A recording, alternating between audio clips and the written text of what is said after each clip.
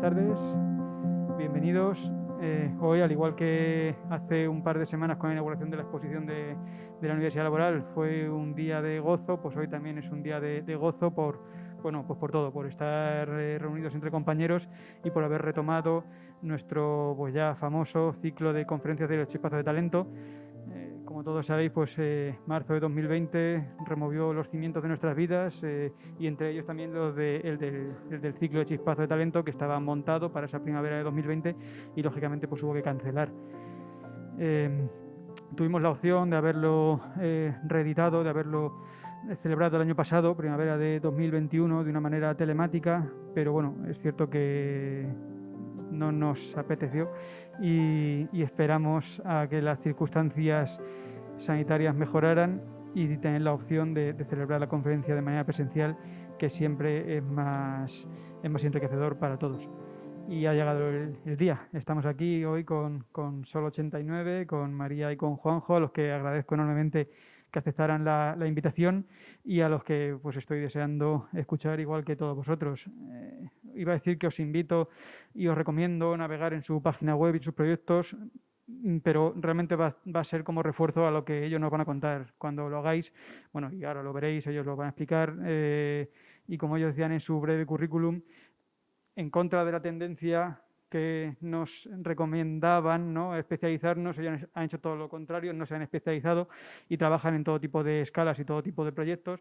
Desde la escala más doméstica, pues vienen sus casas, que ahora nos explicarán, o en el taller de cocina, a proyectos de gran escala ya ejecutados, como el Centro Biotecnológico Andaluz, ¿no?, o el Palacio de Congresos y Exposiciones de Ayamonte, o los proyectos que tienen ahora mismo en desarrollo en Corea del Sur. Así es que sin más, pues os dejo con ellos. Gracias. Quería antes que nada, pues bueno, agradecer al Colegio de Arquitectos de Castilla-La Mancha, esta demarcación de Albacete, la invitación que ha costado un poco que surgiera, pero que menos, ¿no?, en estos tiempos que nos están tocando a todos vivir, donde nada parece sencillo del todo, ¿no? Es realmente agradable estar aquí. Ya le decía yo a Eduardo que nosotros hace tiempo que si no eran presenciales las charlas preferimos no darlas, rehusamos, bueno, pues muy agradecidos, pero nos parece que esto tiene sentido en la medida en que nos podemos ver las caras, tenemos oportunidad durante las charlas o quizá después de comentar algunos de los aspectos que nosotros queramos citar, y ese es el interés real de estar aquí, ¿no? Y también quiero daros la enhorabuena por tener un ciclo que ya lleva 12 ediciones, que es algo realmente interesante, ¿no? Yo creo que hay muchos ciclos de conferencias, congresos, que llegan a su primera edición, a veces con títulos muy pomposos, pero muchos de ellos se quedan en eso precisamente, en una primera edición, y no tienen la oportunidad de gozar de la continuidad, que es lo que en realidad da sentido a este tipo de condiciones, ¿no?, de situaciones, que haya una continuidad que permita generar pues, una cierta idea, un cierto rastro, una estela de lo que aquí se diga. Y también quiero dar las gracias, casi un poco superado, por ser los que inauguramos el 12º ciclo, ¿no?, que siempre es una situación donde uno se expone más todavía, ¿no?, cuando tiene que romper el hielo. Bueno, en definitiva, que estamos muy agradecidos por estar aquí y especialmente, Eduardo, también por tu empeño en que viniéramos, ¿no? Bueno, voy a estar sentándome y levantándome indistintamente porque soy muy nervioso y seguro que si no me voy a dedicar a tapar la imagen que proyectemos, ¿no? Os vamos a contar una serie de proyectos del estudio. Nosotros, justo a principios del año que viene, cumpliremos 20 años de estudio profesional. ¿Se ven bien las diapositivas con esta luz? Sí, ¿no se podría bajar un poco quizá esta primera luz? Bueno, os contaba que nosotros el año que viene haremos 20 años de ejercicio profesional. Salimos de la escuela en 2000, estuvimos un tiempo trabajando en el estudio de Guillermo Vázquez Consuegra. Así se van a dormir todavía con más facilidad. Sí. Además, esto es como dar la charla en streaming, porque no vemos las caras. Así, yo creo que así está bien, ¿no? Parece. Bueno, decía que estamos hacia los 20 años de estudio, ya bien entrada la cuarentena, que es esa edad que Gil de Vierma decía que era la edad de la nostalgia, ¿no? Y es cierto, ¿no? Cuando uno entra en esta edad ya empieza como a recapitular. Confía en que haya mucha trayectoria futura todavía por delante, pero es cierto que, bueno, que ya son unos cuantos años y uno empieza a tener una cierta mirada retrospectiva sobre su propio trabajo. También hay que decir que estamos a punto de entrar en los 50, más que en los 40. Bueno, ahí estamos, eso tampoco había por qué confesarlo. Bueno, la cuestión es que uno va mirando hacia atrás, empieza a comprobar si algo de lo que ha hecho, de lo que propone, responde a un cierto argumento conector, si existe un soporte teórico, o por no ser pretencioso, es una mirada en torno a la arquitectura que pueda ser reconocible. Y bueno, en nuestro caso diría que es una tarea que no responde a una definición sencilla, ¿no? No creemos que seamos un estudio de estilo, es decir, no tenemos una arquitectura que sea reconocible formalmente, donde uno pueda equiparar o comprender que hay un lenguaje que ha ido desarrollándose de una manera coherente a lo largo de todos los proyectos. Más bien nos ha preocupado intentar ofrecer siempre una respuesta específica, ¿no? Es decir, que cada proyecto, más allá de nuestras propias inquietudes, incluso de esta expresión formal que os digo de la arquitectura, pudiera responder con mucha especificidad a las situaciones a las que se enfrentaban, ya sean de ámbito programático, presupuestario, contextual, entendiendo siempre el contexto como algo muy amplio, ¿no? Que atañe al lugar, pero también, bueno, a la cultura del sitio, incluso a la economía de un lugar, ¿no? Bueno, esto ha generado que nos hemos movido en esa nueva especialización que Eduardo os adelantaba. Es algo que, como os digo, no habíamos planeado, más bien ha tenido que ver con una ansia de hacer cosas que nos ha llevado a intentar buscar proyectos en situaciones a veces pues muy lastimosas incluso, de precariedad, digamos, presupuestaria, muy ligada a nuestro tiempo, como muchos de vosotros seguramente, y también en otras ocasiones hemos tenido suerte, pues a través de concursos, de alcanzar otras escalas, ¿no? Nos ha parecido que es una situación siempre interesante, la de estar muy apegados a la tierra, con proyectos y obras que tenían limitaciones muy grandes y, sin embargo, también pues, intentando establecer, pues, a lo mejor teorías o ideas un poco más ambiciosas, ¿no? Bueno, en estos 20 años, como todos vosotros, hemos sufrido como dos grandes baches. Uno mucho más grande que el otro, que fue seguramente el de cuando Lehman Brothers decidió que la arquitectura iba a pasar a ser otra cosa, porque seguro que muchos gremios sufrieron, pero yo creo que la arquitectura o el modo de ejercer el oficio, la profesión, a partir de Lehman Brothers, ha cambiado radicalmente, ¿no? Y otro bache de la pandemia, que a lo mejor no ha tenido consecuencias tan graves, pero que de nuevo también ha venido como a alterar algunas cuestiones relacionadas con la profesión. En estos 20 años, pues hemos hecho, como os decía, algunas obras. A veces nos dio la sensación, ahora nos estamos recuperando brevemente, pero nos da la sensación, eso sí, que no, que estamos recorriendo un camino un tanto inverso, porque tuvimos la suerte de empezar bien, vamos bien, que tuvimos la suerte de ganar algún concurso grande, algún equipamiento allá por 2004, y que nos permitió pues, abarcar una cierta escala, ¿no? Como algún centro de equipamiento, alguna guardería, o también... ¿El puntero finalmente lo tenemos? ¿No? Vale, bueno, lo paso así. O este Instituto Andaluz de Biotecnología que Eduardo mencionaba,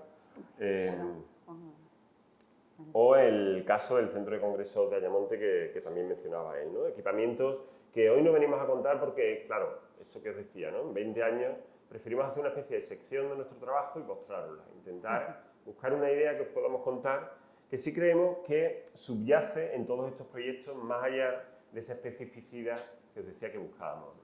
Este es el contexto de nuestra memoria, el contexto de nuestra vida, el contexto del lugar donde vivimos, el lugar donde trabajamos. Es el centro histórico de Sevilla, que llegó a ser, en un momento dado de su historia, el centro amurallado más grande de Europa, ¿no? En realidad tenía trampas. Es como una especie de metáfora de la propia sociedad sevillana. Era el recinto amurallado más grande, pero estaba prácticamente hueco, porque estaba lleno de huertas, de grandes espacios abiertos que no estaban ni urbanizados ni siquiera cultivados, y que después, cuando ya el proceso de conquista por parte del rey Fernando recuperó para la cristiandad la ciudad de Sevilla, todos esos huertos se empezaron a convertir en convento, en una ciudad eminentemente conventual. Por lo tanto, era un tanto engañosa, porque era muy grande, pero estaba llena de porosidades, ¿no?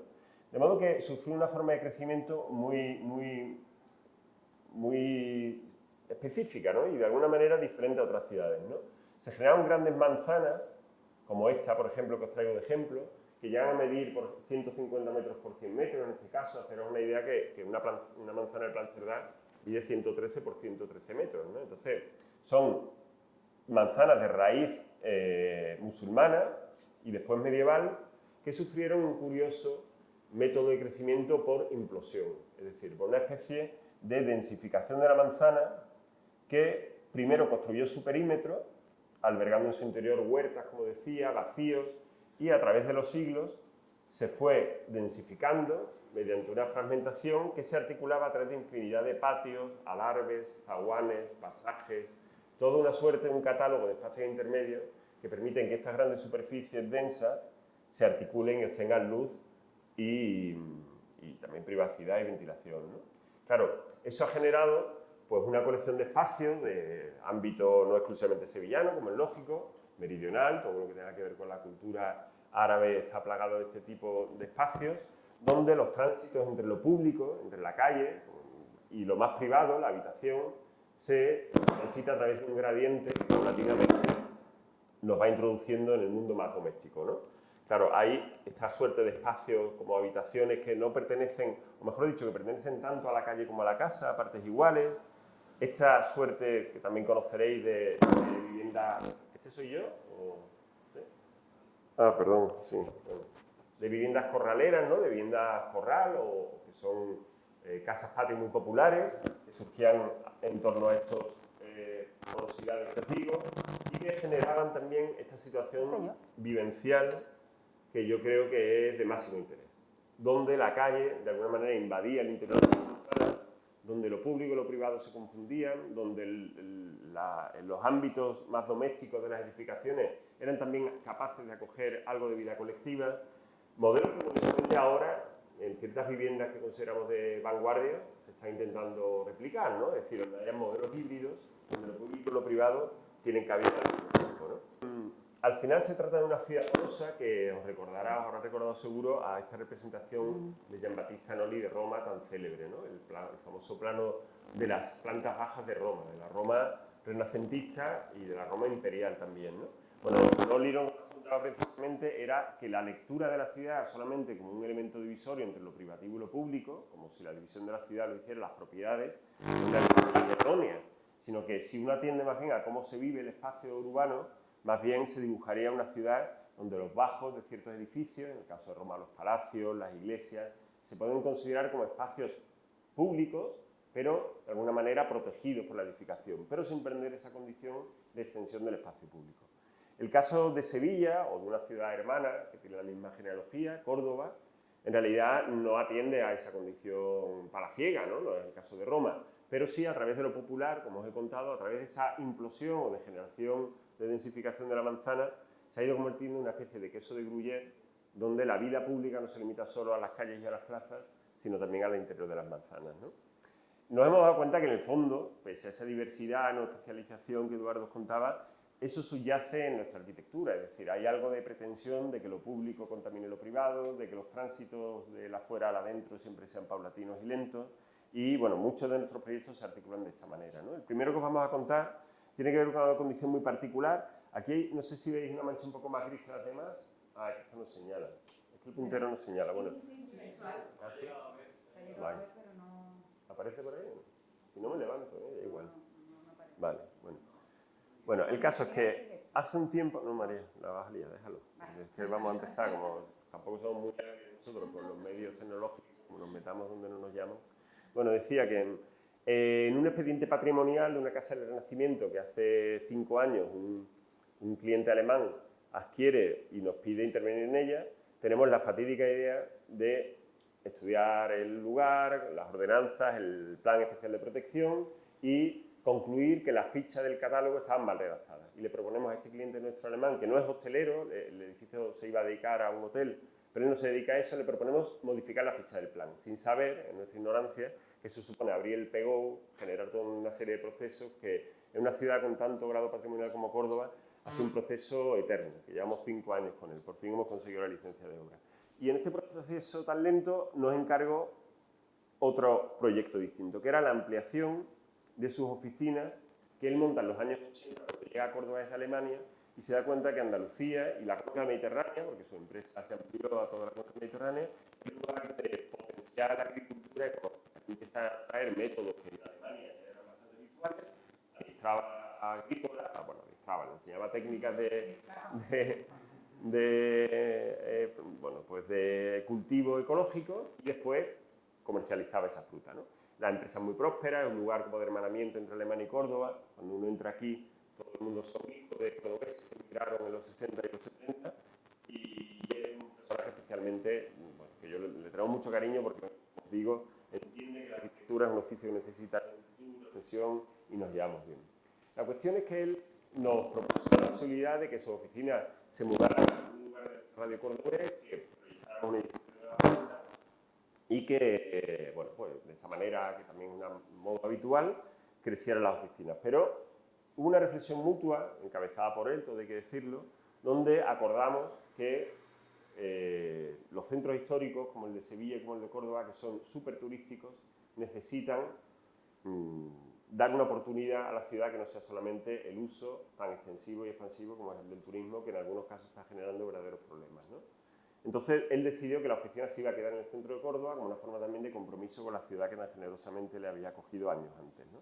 Empezamos a estudiar la manzana, estas manzanas que os digo, tan grande, tan porosa, un tanto misteriosa, porque uno va descubriendo a medida que va penetrando en ella, a través de estos adarves. Esto es un adarve que unía la calle con el interior de la manzana, en una edificación interior que ya no tenía mucho valor, era de los años 70, y donde Federico, que es el nombre, bueno, en verdad es Friedrich, pero para los cordobeses y para nosotros Federico, no puede ser de otra manera, pues descubre que había una serie de locales abandonados que habían sido prácticamente inutilizados, en algún momento habían sido almacenes, pero no se habían utilizado de nada, que como locales comerciales no tenían ningún futuro porque al encontrarse en el interior de la manzana estaban excesivamente aislados de la vía pública, ¿no? Se interesa por ellos, incluso llega en el propio edificio, llega a identificar que existe otro local, que ya no es un local, es una vivienda en tercera planta que también está vacante, y nos plantea la posibilidad de ampliar sus oficinas a través de una operación casi de destrucción primero, donde fuéramos hurgando la manzana, así como roedores, hasta ser capaces de conectar con esos locales que yo había encontrado a la espalda de las oficinas, ¿no? Y que eran así, ¿no? Eran unos locales de los 60, con la tecnología casi de la autarquía, con las viguetas hechas in situ a través de una panza cerámica que se armaban, o sea, una arquitectura bastante precaria, pero que no había tenido uso y era un espacio potencial de ampliación, ¿no? Y que lindaba con sus oficinas, el edificio que habéis visto antes, ese edificio cordobés, a través de un patio y una tapia, ¿no? Bueno, nosotros empezamos a pensar que existía una posibilidad de generar el proyecto como se había generado la propia ciudad de Córdoba y Sevilla, ¿no? Con esta operación que os he contado de ir penetrando la manzana e ir articulando la densidad a través de vacíos, ¿no? Pensamos que era posible que a través de una suerte de patios la intervención, más que basarse en lo que se construye, se debería basar en lo que se vacía, ¿no? En lo que se deja sin construir precisamente para articular los espacios llenos, ¿no? Sí, nosotros decimos que la manzana sevillana, la cordobesa, esa manzana tan densa y aparentemente tan azarosa, mete en su orden a través de la inserción de patios, ¿no? Tú te vas orientando en esa manzana a través de la secuencia de los vacíos, de las luces. Nadie se pierde una manzana de este tipo. Sí, es que creo que lo ha apagado. ¿Ahora? Sí. Porque como estaba haciendo ruido raro no sabía si era yo. Bueno, nadie se pierde una manzana de este tipo porque todos los espacios están articulados a través de los vacíos. Son una forma de entender la ciudad casi sensual, ¿no? En la que te va conduciendo, te va enseñando algo, tú te diriges hacia la luz y a partir de ahí te organiza el recorrido y te van dando como pinceladas a través del movimiento de la manzana a través de esos vacíos. Claro, cuando Federico compra esto, al principio está un poco preocupado porque son dos locales en planta baja no conectados porque un patio en medio y luego un piso en tercera planta. Pero nosotros hacemos ver que eso no es un problema, que en estas manzanas las medianeras siempre han estado negociadas. Cualquier manzana del centro de Sevilla, centro de Córdoba, que tú tires una casa, cuando empiezas a picar los revestimientos de las medianeras, aparecen huecos que iban comunicando las casas y que los vecinos además se alquilaban una habitación, se vendían otros, en una planta o en la segunda, o sea que ha sido una forma de configurar la manzana que históricamente siempre se ha utilizado.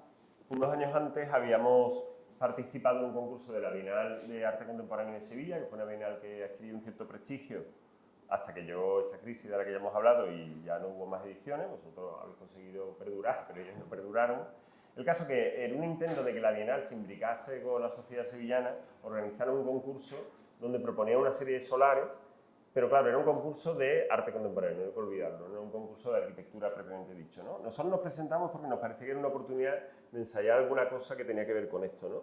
Propusimos en los paneles una especie de metáfora, basada también en algunos relatos de Italo Calvino, sobre la posibilidad de inyectar un hipotético humo rojo en la ciudad, de modo que cualquier espacio susceptible de ser inundado por ese humo rojo era un espacio potencial para la ciudadanía, intentando demostrar de una manera material esa teoría de Jean-Baptiste Annoli de que el espacio público no se limita solo a las calles y a las plazas, sino también a los interiores de los edificios con vocación pública, ¿no?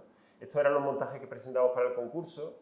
En concreto, el solar, el emplazamiento que nosotros elegimos era el Colegio de Arquitectos de Sevilla, que es un edificio de Gabriel Ruiz Cabrero, muy bonito, porque a través de una especie de falsa fachada es capaz de esconder un patio que articula el encuentro entre dos manzanas que tienen alturas distintas, ¿no? Claro, cuando esto llegó a la sede colegial hubo una cierta polémica porque creían que pretendíamos meterle fuego al colegio, no sé si está bien decirlo en sede colegial, pero bueno, no está mal, ¿no? Un poco de ruido para que no nos echaran cuenta. Finalmente, bueno, el proyecto no lo vamos a contar, era una instalación que proponía precisamente el reconocimiento de este tipo de espacios porosos y durante un tiempo la ciudadanía podía utilizarlo como si fuera una especie de espacio escénico, ¿no? Por eso esta cosa roja también que celebraba el caballo de Troya que suponía utilizar nuestros espacios. El caso es que esa experiencia o esa estrategia que era de pura teoría, que hablaba de una arquitectura efímera, pensamos que también tendría cabida en una arquitectura más sólida o con más vocación de perdurar, ¿no? Y es la operación que llevamos a cabo en las oficinas que os digo. Al final el proyecto lo que trata es de insertar un elemento que a través de una serie de articulaciones con los patios existentes y con otros que se van creando, es capaz de conectar, como decía María, distintos espacios a través de relaciones que eran insospechadas, ¿no? Que no eran las que se esperaban, ¿no?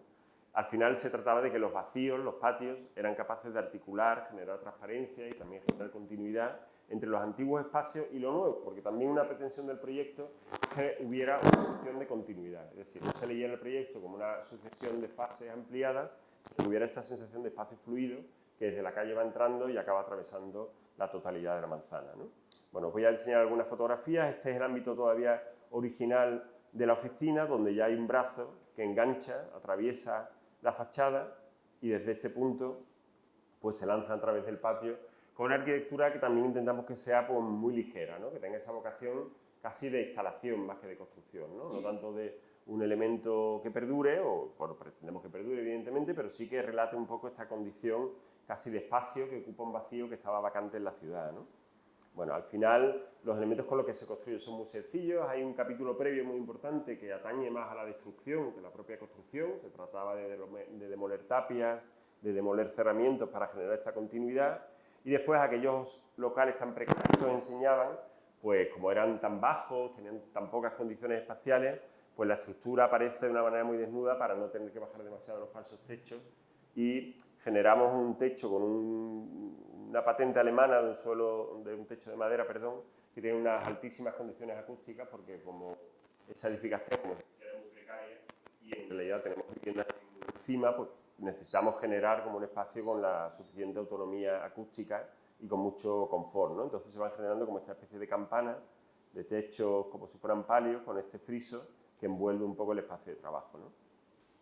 Al final la planta sucede, como veis, pues simplemente articulada a través de los patios, que serían estas manchas grises, que van salpicando todo el ámbito de las oficinas y generando transparencia a través de un primer ámbito que funciona como una adarve, un primer patio de recibo, que se llama en Córdoba, un segundo patio principal. Este es un esquema que además el Plan Especial de Protección de Córdoba recomienda que se consolide la ciudad incluso a través de las edificaciones contemporáneas, que es esa progresión que os digo de calle, zaguán, patio de recibo, galería, patio principal, escalera y cubierta. Es como la progresión de la casa tradicional cordobesa. El patio principal, la nueva oficina ampliada, un último patio que regala una parte de la edificación al vacío porque es un porche que finalmente se abre a una sala de reuniones que remata la intervención, ¿no? Bueno, os pasamos algunas fotografías. Estas son las transparencias que decíamos.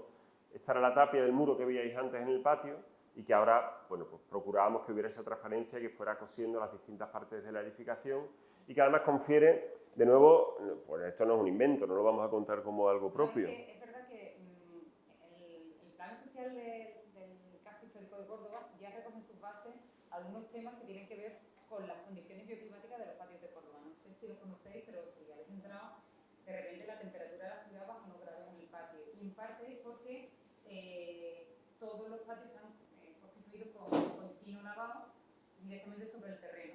Con lo cual, el plan especial del centro histórico de Córdoba prohíbe la construcción de sótanos para no cortar la capa permeable del terreno. Entonces nosotros todo este tipo de cosas que se dan ya históricamente en el casco lo queríamos incorporar al proyecto. Digamos que a esta idea de la secuencia llenos y vacíos también incorporar la vegetación y la transpiración del terreno en los patios que metíamos nuevos. Claro, entonces al final un sitio como Córdoba, que sabéis que es uno de los lugares más calurosos de España, encuentra como esta especie de, bueno, pues de ambiente casi de oasis, ¿no?, en el interior de sus manzanas, porque se generan condiciones de temperatura y humedad mucho más favorables que en la propia vía pública, ¿no? Bueno, al final los elementos estos que se introducen para conectar los distintos ámbitos dividen a su vez los patios y van generando distintos ámbitos y, bueno, siempre se busca esta construcción muy ligera que os digo, que casi tenga una sensación pues inmaterial, como si el espacio que fluye desde la calle fuera atravesando la totalidad de manzana, ¿no? Este es el último patio, el porche. Claro, se aprovechan las medianeras, las irregularidades del solar, al encontrarse con una arquitectura que ya se delinea con más pulso, digamos, de una manera más decidida, van encontrándose dos figuras, la figura del espacio dado y la figura del espacio deseado, ¿no? Y en el encuentro entre esos dos dibujos van surgiendo pues, espacios como estos que los gallegos, y esto no me puedo nunca aguantar decirlo, le llaman parladoiros o enamoradoiros, ¿no? Me diré que no es bonito, ¿no? Son esos bancos asociados a la ventana aprovechando los espesores de los muros, ¿no? Sí, como en la lonja de Valencia, que estoy seguro que lo conocéis, ¿no? Que los muros llegan a tener tal espesor que van generando elementos que ya no son puramente murarios, sino que ya son espaciales, ¿no? El registro material de la intervención pues, tiene que ver con esta idea que os decía de la instalación, casi más que de la construcción en seco. Este Federico, del que también os hablo, es de formación ebanista, viene de una parte de Alemania donde la construcción en madera es lo natural. Entonces acordamos pues, esta tecnología que os decía de los paneles de madera, como el contrapunto cálido y también de confort acústico, y toda una suerte de elementos mobiliarios que están a medias entre el espacio y la mano, ¿no? Nos interesa la madera porque tiene como esa escala ambigua, que es constructiva, pero al mismo tiempo está muy cerca de lo táctil, de lo doméstico. Es como un elemento que nos parece que media bien entre el cuerpo y el espacio, ¿no? Bueno, después al final tiene algo siempre como del detalle mínimo, que os digo que nunca nos gusta abandonar. Es decir, tener muy presente la obra como algo donde uno puede ensayar hasta la escala 1:1, ¿no? Como bien sabéis. Al final, pues bueno, surgen estos elementos que os enseñaba antes o detalles que van intentando incorporar cierta calidez a la intervención, ¿no? Bueno, aquí veis la parte de la oficina original, que sería la crujía tapón, que es como le llaman en la casa tradicional cordobesa o sevillana, el primer patio que era existente y los dos patios recuperados a través de esta pieza que por un lado atraviesa y por otro lado remonta y acaba enganchándose con el tercero de los locales que lo adquirió cuando la obra estaba a punto de empezar, donde otro nuevo puente de acero galvanizado une con la intervención de encubierta, ¿no? Que serían las últimas fotos que vamos a enseñar. Este elemento nuevamente construido de una manera muy ligera, a través de capas, ¿no? También contamos que la construcción contemporánea tiene esa condición posible de construirse por capas que muchas veces tiene también que ver con el modo en el que los elementos de carpintería en los lugares más meridionales suceden, ¿no? El vidrio, pero también la mallorquina, la cortina, la estera, ¿no? O una serie de elementos por capas que permiten cierta permeabilidad, ¿no? Y se construye todo pues, con acero galvanizado como una solución estandarizada tanto para la estructura como para los cerramientos como para los acabados, ¿no? Bueno, y esta sensación que os decía de elementos que flotan, que son muy ligeros o muy transparentes, ¿no? Sí, cuando hicimos la instalación para la Bienal de Arte Contemporáneo, nosotros discutíamos si lo que teníamos que representar era un líquido rojo que invadiera los espacios, pero llegamos a la conclusión que era mejor un humo rojo, porque el humo nos permitía también registrar esos espacios que no están en planta baja. Cuando hicimos este proyecto, rápidamente nos acordamos de aquel humo y pensamos que cuando el brazo sale y se incorpora a la tercera planta de la edificación medianera, también incorpora una serie de patios y jardines en cubierta, llegando como a esa confusión total que el espacio ocupable no tenga por qué ceñirse solamente a la planta baja.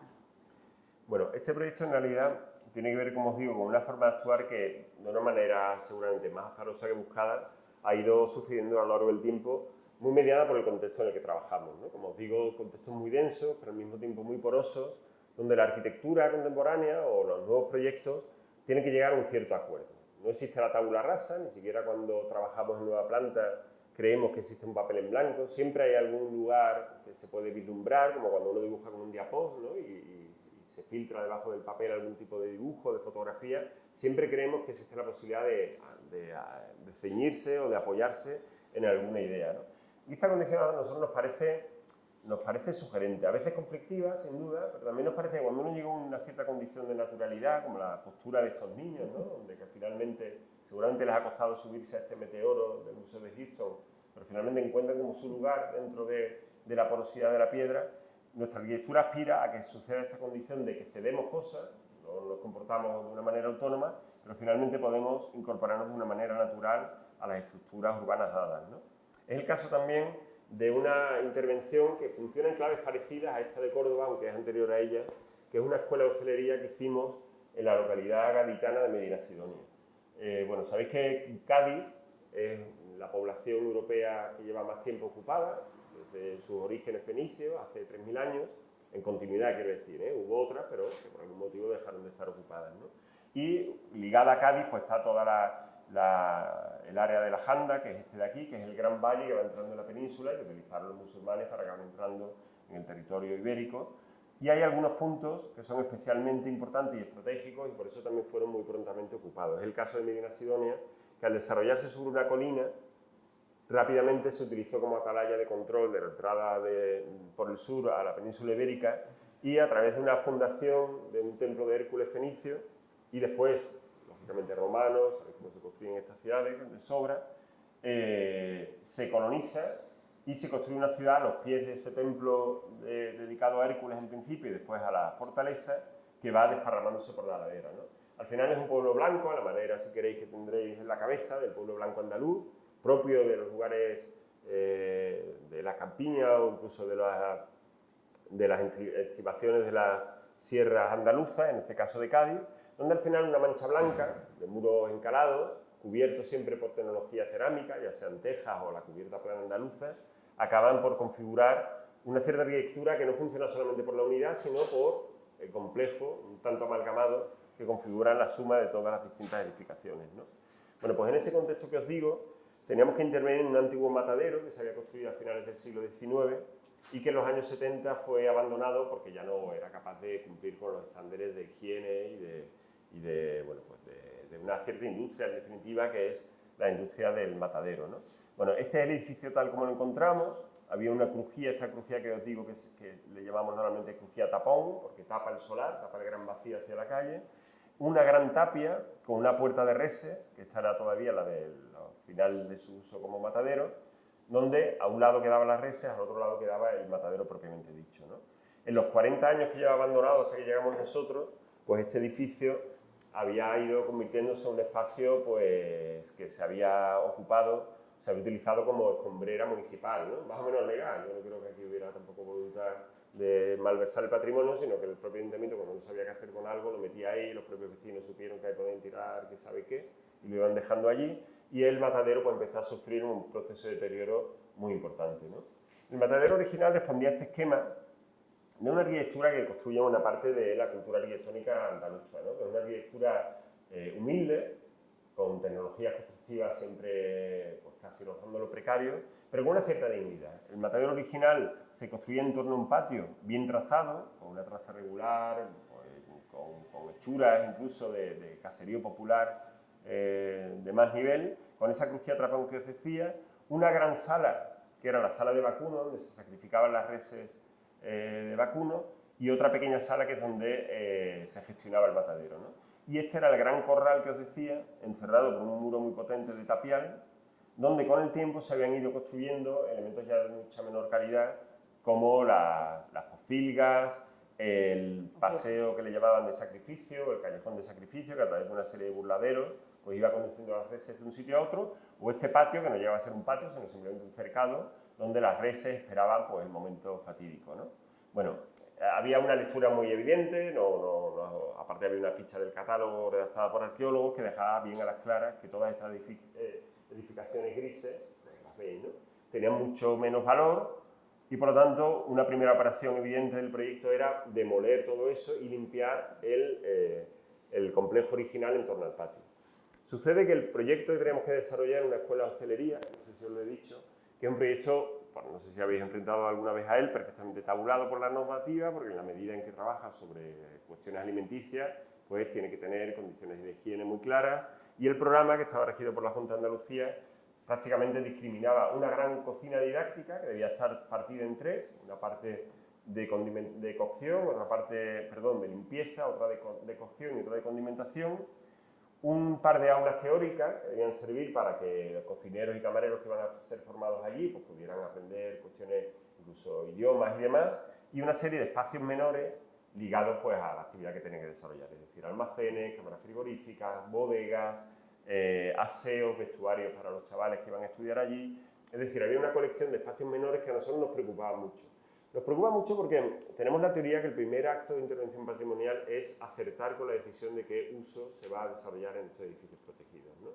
Creemos que ha habido una voluntad política a lo largo de finales de los años 90 hasta hoy de recuperar mucho patrimonio, pero que muchas veces se ha errado en la decisión de qué tipo de uso podían llegar a albergar y se han sobrecargado, se han saturado o se han utilizado edificios que en realidad no eran del todo compatibles con esos programas que pretendían reactivarlos, ¿no?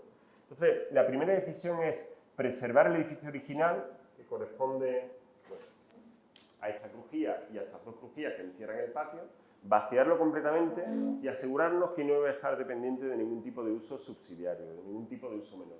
Y llevarnos todos los usos menores, esa colección que os he dicho, almacenes, cámaras y demás, a una serie de bandas muy densas, que están construidas con una tecnología contemporánea, que iban a permitir a su vez generar esta partición de la cocina didáctica, la parte de limpieza, cocción y condimentación, y en el final del solar, la parte más informe, que ya era un retal, generar las dos aulas, ¿no? Estas bandas densas, que se articularían a través de una serie de pequeños patios para permitir ventilaciones cruzadas, iban a permitir además una cuestión que a nosotros nos interesa mucho cuando intervenimos en edificios patrimoniales, y es que, claro, cuando uno se mide contra un muro de 1 metro, si tú llegas con tu yeso laminado, por no decir marcas, todos tenéis uno en la cabeza seguro, ¿verdad? Cuando uno tiene un tabique de 10 centímetros, seguro que sale perdiendo, ¿no? Hay como esa condición masiva del muro que es capaz de generar espacio. Os contaba antes el ejemplo de la lonja de Valencia, que seguramente el tabique moderno pues lleva las de perder, ¿no? Entonces, construir, albergar los pequeños usos en estas bandas nos permitía que las transiciones entre un lugar y otro siempre fueran a través de lugares de la anchura de un pequeño espacio, 2,5 metros, bajados mucho la altura, es decir, conseguíamos que la transición entre el espacio tuviera esa condición de densidad que tenía el propio edificio original, ¿no? Pero claro, por otra parte, el nuevo programa era tan denso que agotaba del todo el antiguo patio de reses, y necesitábamos buscar la luz, las relaciones con la ciudad, la ventilación incluso, a través de algún mecanismo que no fuera tanto en planta como en sección, ¿no? Necesitábamos salir del confinamiento del muro y empezar a dibujar una sección algo más nerviosa que intentara captar la luz a través de claristorios, ¿no? De elementos que de una manera más cenital fueran capaces de captar la luz, ¿no? Empezaron a surgir estos croquis donde veis el edificio original, limpio, siempre tuvimos claro que teníamos que vaciarlo, quitarle todo tipo de condición subsidiaria a los pequeños usos, y en la nueva intervención surgirá una sección que intentaría, pues, como ese gesto casi infantil de subir por encima de la tapia para buscar relaciones y luz, ¿no? Esta es la maqueta que presentamos en su momento, donde aparecen esos volúmenes que van buscando la luz y que se van identificando con cada una de esas crujías que las bandas de pequeños usos iban determinando, ¿no? Sí, pero una vez establecida como la estrategia, ¿no?, de cómo organizamos el programa, cómo metemos la luz, nos preocupaba mucho seguir con esa secuencia, entender que nosotros éramos una parte más del eslabón de toda la masa construida de Medina Sidonia, que, como comentó Juanjo al principio, era más un caserío entendido como un todo de pueblo blanco con cubierta cerámica. Con lo cual, no sé, si nosotros entendemos Medina Sidonia, la vemos desde la altura, parece que es como una única, ¿no?, cubierta cerámica que va cubriendo todo este caserío. Claro, pero a una escala muy determinada, muy claro, fragmentada. Sí, Entonces, bueno, frente a la tentación de haber hecho una única cubierta, nos preocupaba mucho romper la escala de la cubierta para que a medida que uno ascendía por la colina, pues, aunque evidentemente tiene un impacto, porque tiene un tamaño, pero la escala de la cubierta al fragmentarse tuviera que ver con la crujía que prácticamente ha determinado el crecimiento de todas las ciudades andaluzas, que es el rollizo. En Andalucía, en muchos sitios no hay madera, la madera que hay es muy mala, y se construía con el rollizo, bueno, nosotros le llamamos rollizo, no sé cómo lo llamáis vosotros, que no llega a ser ni una escuadrilla de madera siquiera, es el propio tronco que te da para crujías muy estrechas, de 2,50 metros, 2,70 metros. Y esa especie como de medida constructiva es el ADN de los cascos históricos sevillanos, andaluces, gaditanos, donde todo responde un poco a esa medida de cómo se cubrían las crujías, ¿no? Al final nos remitimos de una manera muy clara al tipo constructivo tradicional del muro encalado y de la cubierta cerámica, con ese recurso para ir buscando la luz y con esa pretensión de fragmentar las cubiertas, ¿no? De modo que al final, bueno, pues la cubierta es una mancha cerámica que va cubriendo la parte de nueva creación, de nueva intervención, perdón, y la zona original pues queda cubierta con los dobles faldones de tejado. El material utilizado es la cerámica 1428 que se utiliza en todas las cubiertas. Lo único que pedimos es que viniese cortado por la mitad porque nos permitía adaptarnos mejor a los despieces, al ser formato claro, es un material, cuadrado. Esto es otra cosa que no contaremos otros proyectos hoy, pero que también ha sido como una cierta, bueno, algo que nos divierte en el estudio, que es utilizar materiales muy convencionales, pero provocar un cierto desplazamiento semántico utilizando una manera que a lo mejor no es la habitual. En este caso, pues el bel del 1428, que es como una especie de canon de la azotea andaluza, pues cortándolo o poniéndolo en vertical. En otros casos ha sido utilizando piezas que no estaban pensadas para un uso concreto, pues otorgándole como otra forma de función constructiva, ¿no? Claro, para nosotros todo esto era una única cubierta, ¿no? Como cualquier cubierta, pero quebrada. Tuvimos un problema cuando se acabó la obra, porque la licencia de obra se dio con un básico y cuando acabamos la obra nos llega una Nos llamaron, estas llamadas que nos dice este número institucional, como demasiados dígitos, y nos dicen que el arquitecto municipal y que el plan especial de protección de Medina, porque como os he contado, en una localidad con mucho valor patrimonial, prohíbe la placada en fachadas y que tenemos que picar todas las fachadas. Y nosotros decíamos, ¿qué fachadas? Si nosotros no hemos hecho ningún... Y dice, claro, sí, esto es un plano vertical en fachada, es alicatado en fachada. Y Nosotros, si esto es si cubierta. no, es cubierta, no es fachada. Entonces ahí se dirimió una especie de conversación o de discusión semántica, ¿no? Entre hasta qué punto la inclinación llega a hacer que un plano llegue a ser cubierta, ¿no? Afortunadamente no lo habíamos hecho mal del todo y ya en el básico aparecía el despiece de la cerámica y el... Nosotros llevábamos la maqueta y quitábamos toda la... ¿Ves? Claro, hasta la cubierta, cubierta estaba hecha así, se quitaba de una vez, insistíamos, repetíamos el movimiento una y otra vez. Bueno, al final era una persona razonable, vio que en el básico estaba así, que se había concedido la licencia así, y comprendió también que el muro funciona como un zócalo que determina con el corte entre lo que es cubierta y paramento, ¿no? La planta funciona como os decía, se generan dos accesos, un acceso principal pensado para el público que en determinados momentos del día, muy puntualmente, utiliza el centro como un lugar de hostelería, de restauración, donde los alumnos practican como en un caso real, y el segundo acceso es por donde entran los alumnos. Esto que os decía de que nunca se dibuja del todo con un papel en blanco, ¿no? Porque aunque todo esto, una vez demolido, era un vacío, al final la decisión de la anchura del recorrido, del corredor, que articula todas las cocinas, finalmente con este patio y las aulas, responde a la anchura del callejón de sacrificio. No es ninguna metáfora de la educación moderna. Ni fue buscado, Pero sí que uno intenta buscar como anclajes que generen una cierta continuidad, que es una idea que a nosotros nos interesa mucho, ¿no? Yo creo que somos contemporáneos inevitablemente, nuestras referencias son contemporáneas, pero cada vez tenemos más claro que pertenecemos a una cierta continuidad y nos interesa generar como esa especie de enlace entre las huellas del pasado y la posible intervención contemporánea que nosotros podamos hacer, ¿no? Sí, en el edificio original básicamente no se tocó nada, se recuperó lo que había porque aunque era una arquitectura humilde, pero era honesta en su planteamiento, en sus acabados y eso queríamos nosotros seguir respetándolo. Vale. Bueno, es lo que os dice María, ¿no? En el patio simplemente se desnuda, suceden estos descubrimientos increíbles, ¿no? Que uno ve que hay algo lapidado, lo tira y aparecen estos fustes, estos seguros son del 19.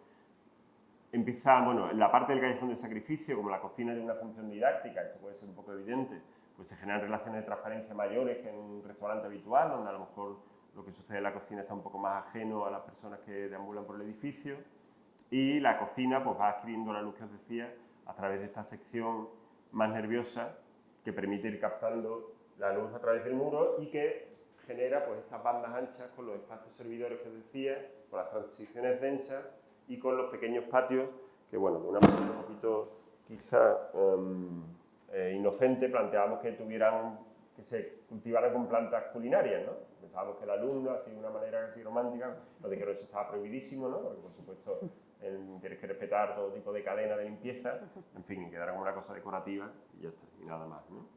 Bueno, el control de la cubierta, también recursos gráficos que algunos fueron para el concurso, otros se hacen después. Reconocemos sin ningún problema que muchas de las referencias que utilizamos para explicar los proyectos o los dibujos a veces suceden a posteriori, más las referencias, los dibujos suelen ser o anteriores o simultáneos, pero muchas veces descubrimos alguna referencia en la propia arquitectura o en un ámbito que ni siquiera son arquitectónicos, que nos hacen comprender mejor lo que hacemos y por eso las utilizamos sin la necesidad de esta ortodoxia de que solo cuentan las cosas tal como sucedieron. Bueno, pues a veces encontramos cosas que tienen que ver con los proyectos que os queremos contar porque nos parecen clarificadores. Estos patios pequeños de que os habla Juanjo tienen una doble función porque, claro, la iluminación estaba garantizada a través de los clerestorios, ¿no? Estas ventanas altas, pero los patios pequeños lo que nos permite una ventilación cruzada y accesible desde todas las naves, ¿no? Claro. Bueno, esta es la parte del paseo, tampoco nos vamos a detener mucho más. De nuevo los patios, como estos elementos que dice María, que van a permitir ventilaciones cruzadas en cierto confort climático sin necesidad de medios mecánicos. Y la cubierta, muchas de estas fotos en realidad están hechas como, tú que eres fotógrafo también, Eduardo, sabes que os jugáis la vida a veces. Entonces Fernando Alda, que es amigo ya, se sube a un sitio que es una perspectiva de nuevo, esto tiene que ver con lo que os he dicho, una forma de explicar o de comprender nosotros el proyecto, no tanto como de la percepción real, que es un edificio que pasa bastante más desapercibido, porque a vista del peatón todo sucede detrás de la tapia y apenas estos dos primeros volúmenes se vislumbran desde la vía pública, ¿no? Y en el interior, pues este es el último patio que articula la entrada en la zona antigua y surge ya la antigua sala de vacunos donde pasan estas cosas, ¿no? Y esto es una historia muy breve que os queremos contar donde no hay fabulación, esta sí que está como ocurrió. Y resulta que cuando contamos el proyecto en el ayuntamiento, la última fila, como hoy, se quedó un señor muy mayor y cuando acabamos de contar el proyecto se acercó a nosotros y nos dijo que bueno, le había parecido todo muy bien y que él había sido el último matarife que había vivido en el matadero en los años 70, ¿no? Entonces el señor, que era amabilísimo, nos contaba una historia que a nosotros nos pone un poco pelos de punta, que para eso somos urbanitas sin ningún tipo de conocimiento de lo dura que es la vida, y él nos hablaba de que su vida, porque él vivía en el propio matadero, era un lugar donde escuchaba las reses mugir, el día antes de que las iba a matar, donde olía sangre, donde era un sitio de cuchillos y de, en fin, ligado todo pues, al acto un tanto terrible, visto quizá desde fuera, de la matanza, ¿no? Entonces, claro, eso nos hizo pensar en una forma de rehabilitar, tenía que tener también que ver con no subvertir excesivamente la atmósfera de aquel lugar, es decir, la paleta de materiales que utilizáramos no debía ser una cosa excesivamente pulida, excesivamente como de pretensiones lujosas, sino que debería guardar esa especie de aspereza que habitaba, no solo a través de los materiales, sino a través de la memoria, en este espacio, ¿no? Y así surgen pues, bueno, unos forjados que se rehicieron, eran unos antiguos forjados a la catalana que estaban bueno, pues, prácticamente a punto de sucumbir por el tiempo que había pasado y las filtraciones. Hicimos unos forjados de hormigón con tablillas reutilizadas, replicando la forma del forjado a la catalana, pero ya con otra tecnología de hormigón, donde además en los hombros insertábamos el aire acondicionado que salía por estas ranuras del propio hormigón o las luminarias que aprovechaban la flecha de la bóveda para ubicarse en ella. Y además existían dos columnas que la ficha del catálogo decía que eran dos fichas que provenían del templo de Hércules Melcar, de ese templo que he dicho. Bueno, que la ficha decía que las dos columnas provenían del templo de Hércules Melcar que fundó la ciudad de Medina Sidonia hace nada menos que 3.000 años, ¿no? Entonces, claro, yo creo que cuando estas cosas pasan uno se pone serio, ¿no? Los dibujos, los colorines están bien, pero se merece un respeto, ¿no? Entonces la decisión, por lo que nosotros creíamos que trataba con más dignidad la columna, era precisamente rehabilitándola, poniéndola en carga, es decir, que cumpliera esa función para la que habían sido ideadas hace 3.000 años y los fustes estuvieran realmente trabajando. Esto, bueno, pues supuso un cierto trabajo, con cálculo de estructura, con catas que pudieran confirmar el estado de que al menos había una sección resistente suficiente, pero nos parecía que devolver la dignidad a ese elemento constructivo tenía que ver con devolverle su función primigenia, ¿no? El que estuviera en carga precisamente, ¿no? Bueno, esta es la materialidad que va teniendo el edificio, un mortero de cal que no está fracasado, solo gruñido, unas piedras de tarifa, que es una piedra gaditana que antes se utilizaba como subsuelo y que nosotros encontramos y que las pusimos como elemento de acabado y que son bastante duras. Estos encofrados que os decíamos para hacer las pequeñas bóvedas de la forjada de la catalana, e incluso en la parte de nueva creación se utiliza un granito de una cantera portuguesa cercana, pero también solamente desbastado, sin pulir, y se sube a la última planta que está ocupada exclusivamente por el edificio tapón y uno de los credestorios donde se desarrollan las oficinas del espacio de la Escuela de Hostelería, ¿no? Que es una sola crujía que igualmente encoframos con tableros ya reutilizados y donde, bueno, pues muy austera, incluso las máquinas de aire acondicionado, que como es una cubierta a dos aguas, pues al final son split, la condensadora está en otro sitio, pues decidimos quitarle la carcasa de plástico y que se muestre solamente el interior, que es la caja de acero galvanizado, que es un prisma de acero galvanizado mucho más seco, sin una pretensión, sin una redondez, sin ningún brillo, que nos parecía que tiene mucho más que ver con la austeridad del espacio que queríamos, ¿no? Al final van sucediendo estas cosas, ¿no? Están las columnas fenicias, las columnas que estaban emparedadas del siglo XIX, otras columnas que servían para atar las reses, por eso tienen esas marcas alrededor. Y existe una historia muy bonita que nos parece que tiene que ver con esta idea de continuidad que os decía, ¿no? Resulta que el templo de Hércules Mercar, como pasó con el Coliseo en Roma, pues fue vandalizado a lo largo de los siglos y toda buena parte de Medina Sidonia, de sus casas más nobles, están construidas con los restos de aquel templo, ¿no? Existe constancia de que construyó el teatro de Usain, que es este de aquí, el propio ayuntamiento, la escuela de hostelería y, sobre todo, existe una historia muy bonita y es que los fustes del templo fueron diseminándose por toda Medina y se convirtieron en guardavivos de las esquinas para que los carros en su día no se comieran las esquinas, ¿no? O sea, hay una idea como de diseminación de la arquitectura, de arquitecturas que sirvieron de canteras a otras arquitecturas y que fue incorporándose a la nueva arquitectura que a nosotros nos interesa mucho, ¿no? Claro, impensable ahora desde una lógica de las leyes de conservación de patrimonio, ¿no? Utilizar de guardavivo las columnas de un templo. Al final, pues bueno, la intervención, como os decía, no es tan llamativa como en determinadas fotos como una cota más alta y tiene esta condición de espacio que está instalado dentro de un vacío, igual que sucede con muchos de los patios de Medina, que albergan pues, elementos que se asoman por encima de las tapias, ¿no? Al final tiene que ver un poco con esta condición que os decía de asumir que uno ocupa una estructura urbana que ya viene dada, que uno puede llegar con nuevas lógicas, que tienen que ver con la cultura contemporánea, que tienen que ver con los nuevos programas a desarrollar, y que hay una cierta confrontación entre esa nueva lógica y el espacio que nos acoge, ¿no? Es algo que metafóricamente, no son muy de metáforas para hacer arquitectura, nos parece que son simplificadoras, pero es verdad que para explicarlas muchas veces son muy efectivas, ¿no? Esta a lo mejor es de formación docente, ¿no? Pero al final funciona un poco como esta especie de bichillos que llamamos ermitaños nosotros, ¿no? Que encuentran conchas abandonadas y la ocupan y hay una especie de conflicto entre la lógica biológica del elemento ocupante y del elemento ocupado, ¿no? Y que responde tanto al proyecto de Medina como a las oficinas en Córdoba y a este otro que os vamos a contar, que es un pequeñísimo proyecto de apenas 40 metros cuadrados, pero que, bueno, de nuevo nos sirve para ensayar alguna cuestión que nos interesaba, ¿no? Se trata de un taller de cocina, y se llama taller y no restaurante porque en realidad es el espacio que un restaurante de Sevilla, que ya está muy asentado y que le va muy bien, cuyos dueños son amigos nuestros porque son padres de compañeros de nuestro hijo en el colegio. Claro, cuando María y yo no teníamos hijos, pues nuestros amigos eran otros arquitectos, artistas contemporáneos, ¿no? de intensa vida. Ahora, afortunadamente, tenemos amigos que son los padres de los compañeros de nuestros hijos y hemos aprendido que existe un mundo más allá del estudio y incluso potenciales clientes, lo cual está muy bien, que fue el caso. Entonces, los parques de juego, pues uno acaba hablando y él, que era cocinero, nos cuenta que él cocina con lentitud, que es su forma de entender la cocina, que le gusta elegir las materias primas, ¿no? Y que él comprende que eso es una decisión importante y que la combinatoria de las cosas a veces es más importante que las cosas en sí mismas, ¿no? Y empezamos a decir, oye, pues tú sabes que en arquitectura pasa algo parecido, al menos como nosotros la entendemos.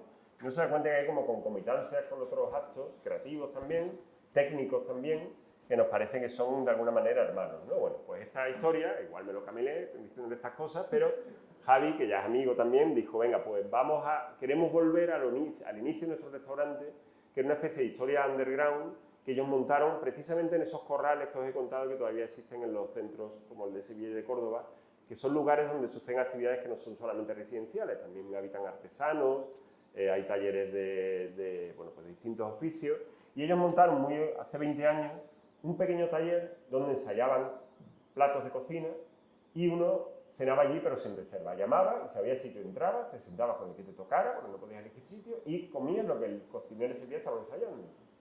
Eso en una parte del centro de Sevilla, que tiene como ese hálito un tanto, como os digo, experimental o no sé cómo llamarlo, ¿no? Alternativo, se dice a veces. Pues tuvo un cierto éxito y generó el restaurante. Pero ellos añoraban esa frescura. El restaurante ya es un restaurante Ya, convencional. claro, el restaurante que ya tienen es convencional y perfectamente legal. Nosotros no estoy ya tan seguro. El caso es que ellos añoraban como esa frescura y esa experimentación de los primeros momentos y nos dijeron, mira, no queremos hacer un restaurante, queremos hacer un lugar donde la gente que vaya participe del acto de cocinar. E incluso, de nuevo, no elija, sino que el cocinero está allí haciendo cosas y tú comes lo que tú quieras, ¿no? Dijimos, venga, pues vamos allá, esto suena muy bien.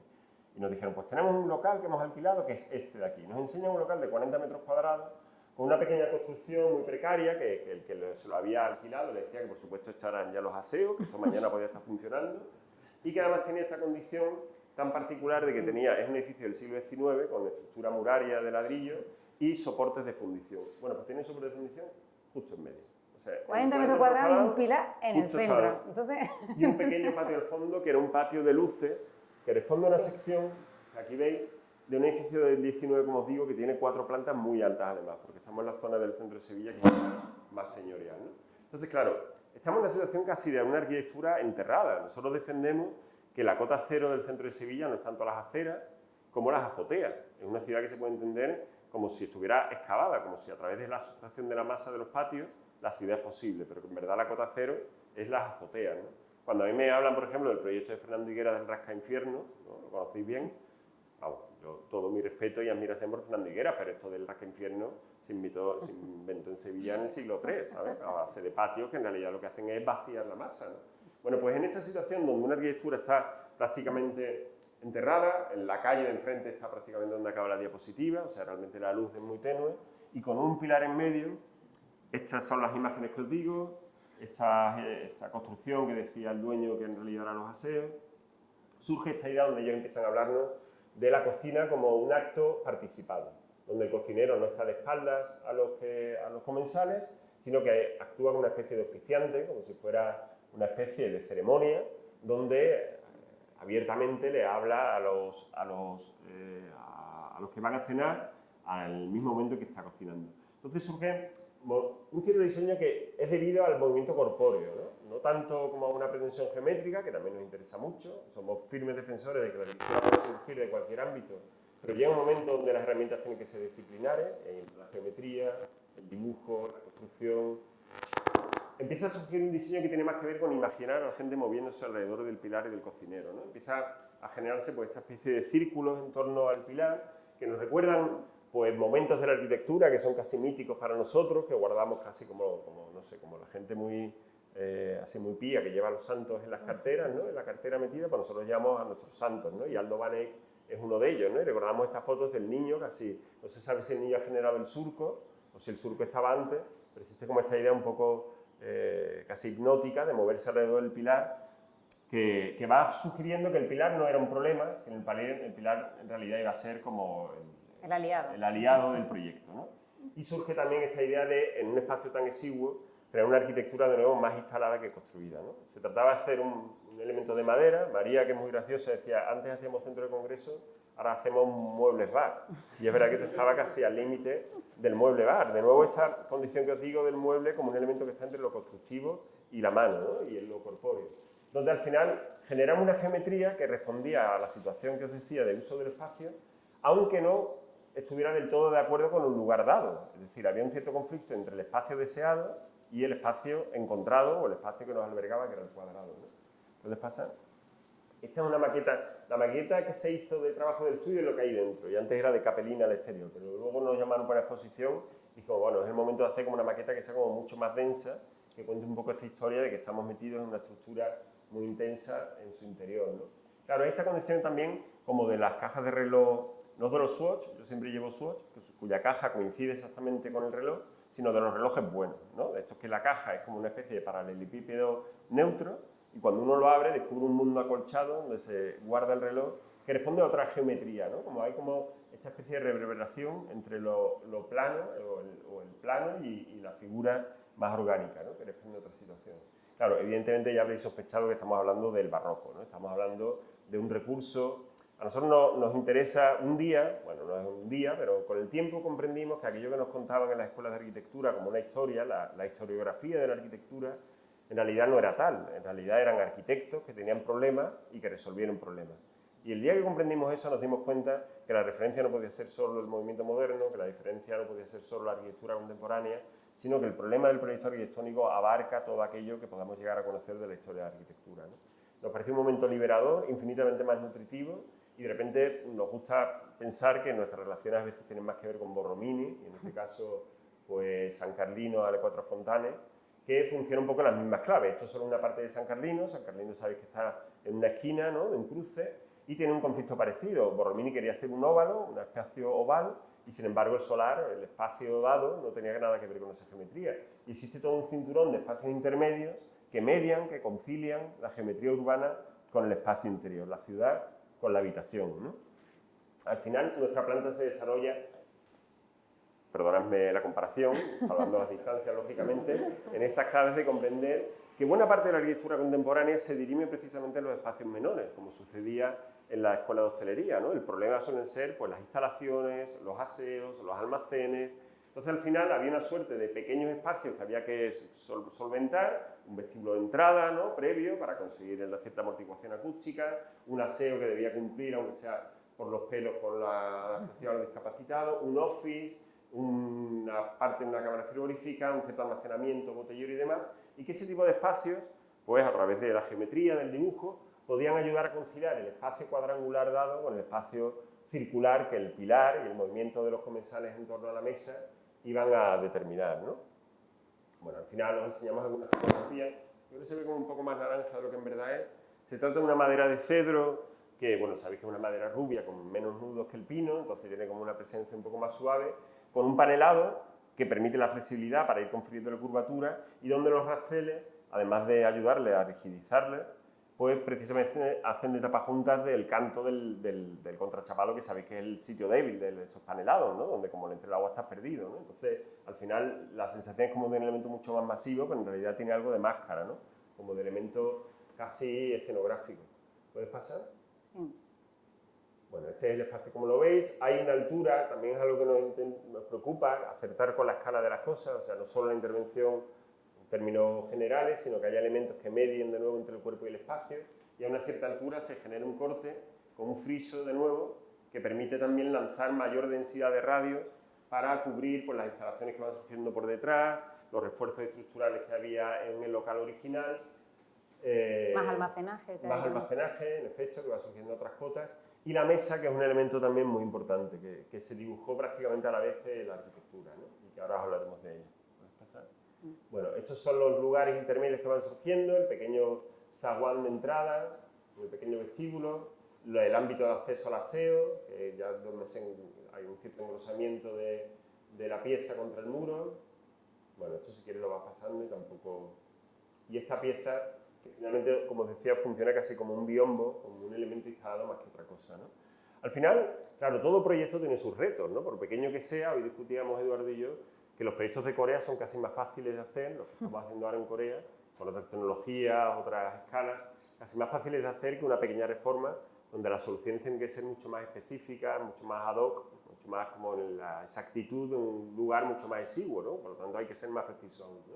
Entonces, claro, la geometría de un elemento como este no es como el del radio de una bicicleta, que es prácticamente de sección despreciable, de modo que todo puede llegar al eje en continuidad, sino que la escuadrilla de madera impide que todos esos radios que necesitábamos para tupir las instalaciones, cuando se acercaban al origen, al polo, había un conflicto. No cabían. No cabían, en definitiva, no chocaban contra otros, ¿no? Entonces, claro, surge esta cosa que nosotros reivindicamos y que, por supuesto, con nuestros alumnos pues somos especialmente pesados, ¿no? Que es la confianza o si queréis la humildad también de comprender que llevamos muchos años de arquitectura detrás nuestra, no los nuestros, digo de historia de la arquitectura, y que hay problemas que podemos compartir con otros arquitectos, ¿no? Esto que, por ejemplo, Billy Wilder, el director de cine, contaba que tenían en su despacho, ¿no? Sabéis que Billy Wilder, que es como un maestro indiscutible, ¿no? Hizo todo en el cine, ganó todo, pues tenía en su despacho una especie de pancarta, como un frontispicio, que decía cómo lo haría Lubick, que era su maestro, ¿no? Entonces él contaba que en sus momentos como de duda, de una cierta ansiedad ante la necesidad de generar una película, pues cuando estaba bloqueado decía, ¿cómo lo hubiera hecho mi maestro, ¿no? En ese sentido nosotros nos aproximamos a la arquitectura moderna y contemporánea y a las otras que os he dicho con esa humildad, ¿no? Nos preguntamos, ¿cómo lo resolverían otros? Y en este caso fue Franco Albini, el maestro milanés de la arquitectura italiana de 50, 60 y 70, el que nos recordó este proyecto increíblemente intenso de la capilla, de la cripta, perdón, de la Catedral de San Lorenzo de Génova, ¿no? Que sabéis que es una pequeñísima sala subterránea de la catedral donde se expone el tesoro medieval del templo, ¿no? Y al final recordamos esos dibujos, sobre todo esta fotografía que os va a enseñar María ahora, del encofrado de esos paraguas de hormigón que hacía Franco Albini, ¿no? Donde se encontraba con el mismo problema, claro, los nervios de la estructura de hormigón, en este caso que tenía un sentido estructural, tenía que haber un momento donde se desintegrasen y el truco era tan sencillo como para ir interrumpiendo algunos de los nervios, en nuestro caso 2 de cada 3, antes de llegar al ejemplo, ¿no? Claro, nos gusta decir que nosotros nos hemos quedado en el encofrado de Franco Albini. ¿no? Es como si hubiéramos dicho, tenemos menos presupuesto, seguramente menos capacidad, así que hacemos el encofrado que Franco Albini debió hacer para sus paraguas, ¿no? Pero también nos gusta pensar que estos pequeños proyectos, por humildes que sean y por poca capacidad económica que puedan tener o la poca superficie que puedan tener, en el fondo nos ha pasado a todos, ¿no? Antes de que Franco Albini llegara a hacer su increíble y magistral cripta de San Lorenzo, él hacía estos muebles, ¿no? Que eran con esa especie de material sesentero que es como una especie de cuerda elástica de goma, ¿no? Como plástica, y hacía estas sillas que funcionaban con un anillo de compresión y un anillo de tracción, ¿no? Que en el fondo es el mismo principio estructural de los paraguas de la cripta de San Lorenzo, ¿no? O sea, había esta historia, yo creo que muy hermosa, de que había una homotecia entre la silla y la capilla. La silla se puede entender casi como un modelo de la cripta y los principios básicos, los estructurales, los constructivos, se albergaban ya se encontraban en estas sillas primeras, ¿no? Bueno, cuando uno hace estos pequeños proyectos, creo que hay esa ambición también de considerarlos como ciertas probetas, ¿no? Experimentales de ideas que quién sabe si en el futuro tenemos la ocasión de experimentar a mayor escala, ¿no? ¿Puede pasar? Claro, cuando empezó la obra, ¿no? Sí, este fue un momento para nosotros porque todo lo habíamos dibujado, pero claro, luego había que meterlo allí, que aquello encajase, ¿no? Y llegó ese momento que desde que dibujamos decíamos, imagínate el momento en el que haya que replantear esto. Bueno, pues habrá que atar, y como el niño de Aldo Vaneig, empezar a dar vueltas sin parar, y lo primero que replanteamos era la mesa, lógicamente, por esto que os decía, del elemento que media entre el cuerpo y el espacio, ¿no? Estos son dos carpinteros excepcionales que conocimos, que trabajaban en esos talleres que os contamos de las viviendas corraleras de Sevilla. Y finalmente la mesa tiene una historia muy bonita. Nosotros la diseñamos, pero ellos aportaron una historia bueno, que digamos que es como una suerte de estrato más de la obra. Y es que ellos son unos carpinteros también muy lentos. Fuimos a encontrarnos unos cocineros lentos, con unos arquitectos lentos y unos carpinteros lentos, porque ellos no utilizan maderas industriales, no las secan en horno, sino que ellos hacen lo siguiente: cuando se enteran que ha habido un temporal en Sevilla que ha tirado árboles, o cuando hay podas masivas, podas municipales, van a los sitios, recogen árboles de Sevilla, muchos de ellos, por cierto, son americanos, que vinieron con las Indias en el siglo XVI, y los secan durante 2 o 3 años en su taller artesano que tienen en esos vacíos urbanos que os cuento, ¿no?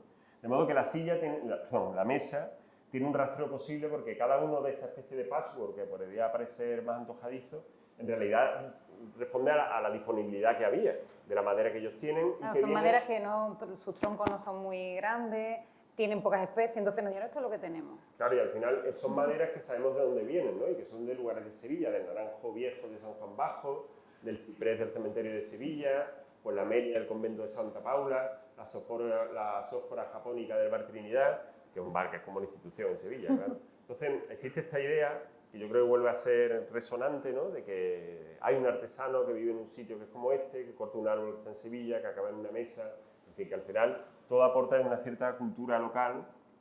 Pero también parece una tontería, pero te hace reflexionar, porque cuando tú te apoyas en esa mesa, saber los materiales, de dónde vienen, te hace tener como una pertenencia o una querencia por las cosas muchísimo mayor que si no sabes dónde vienen, ¿no?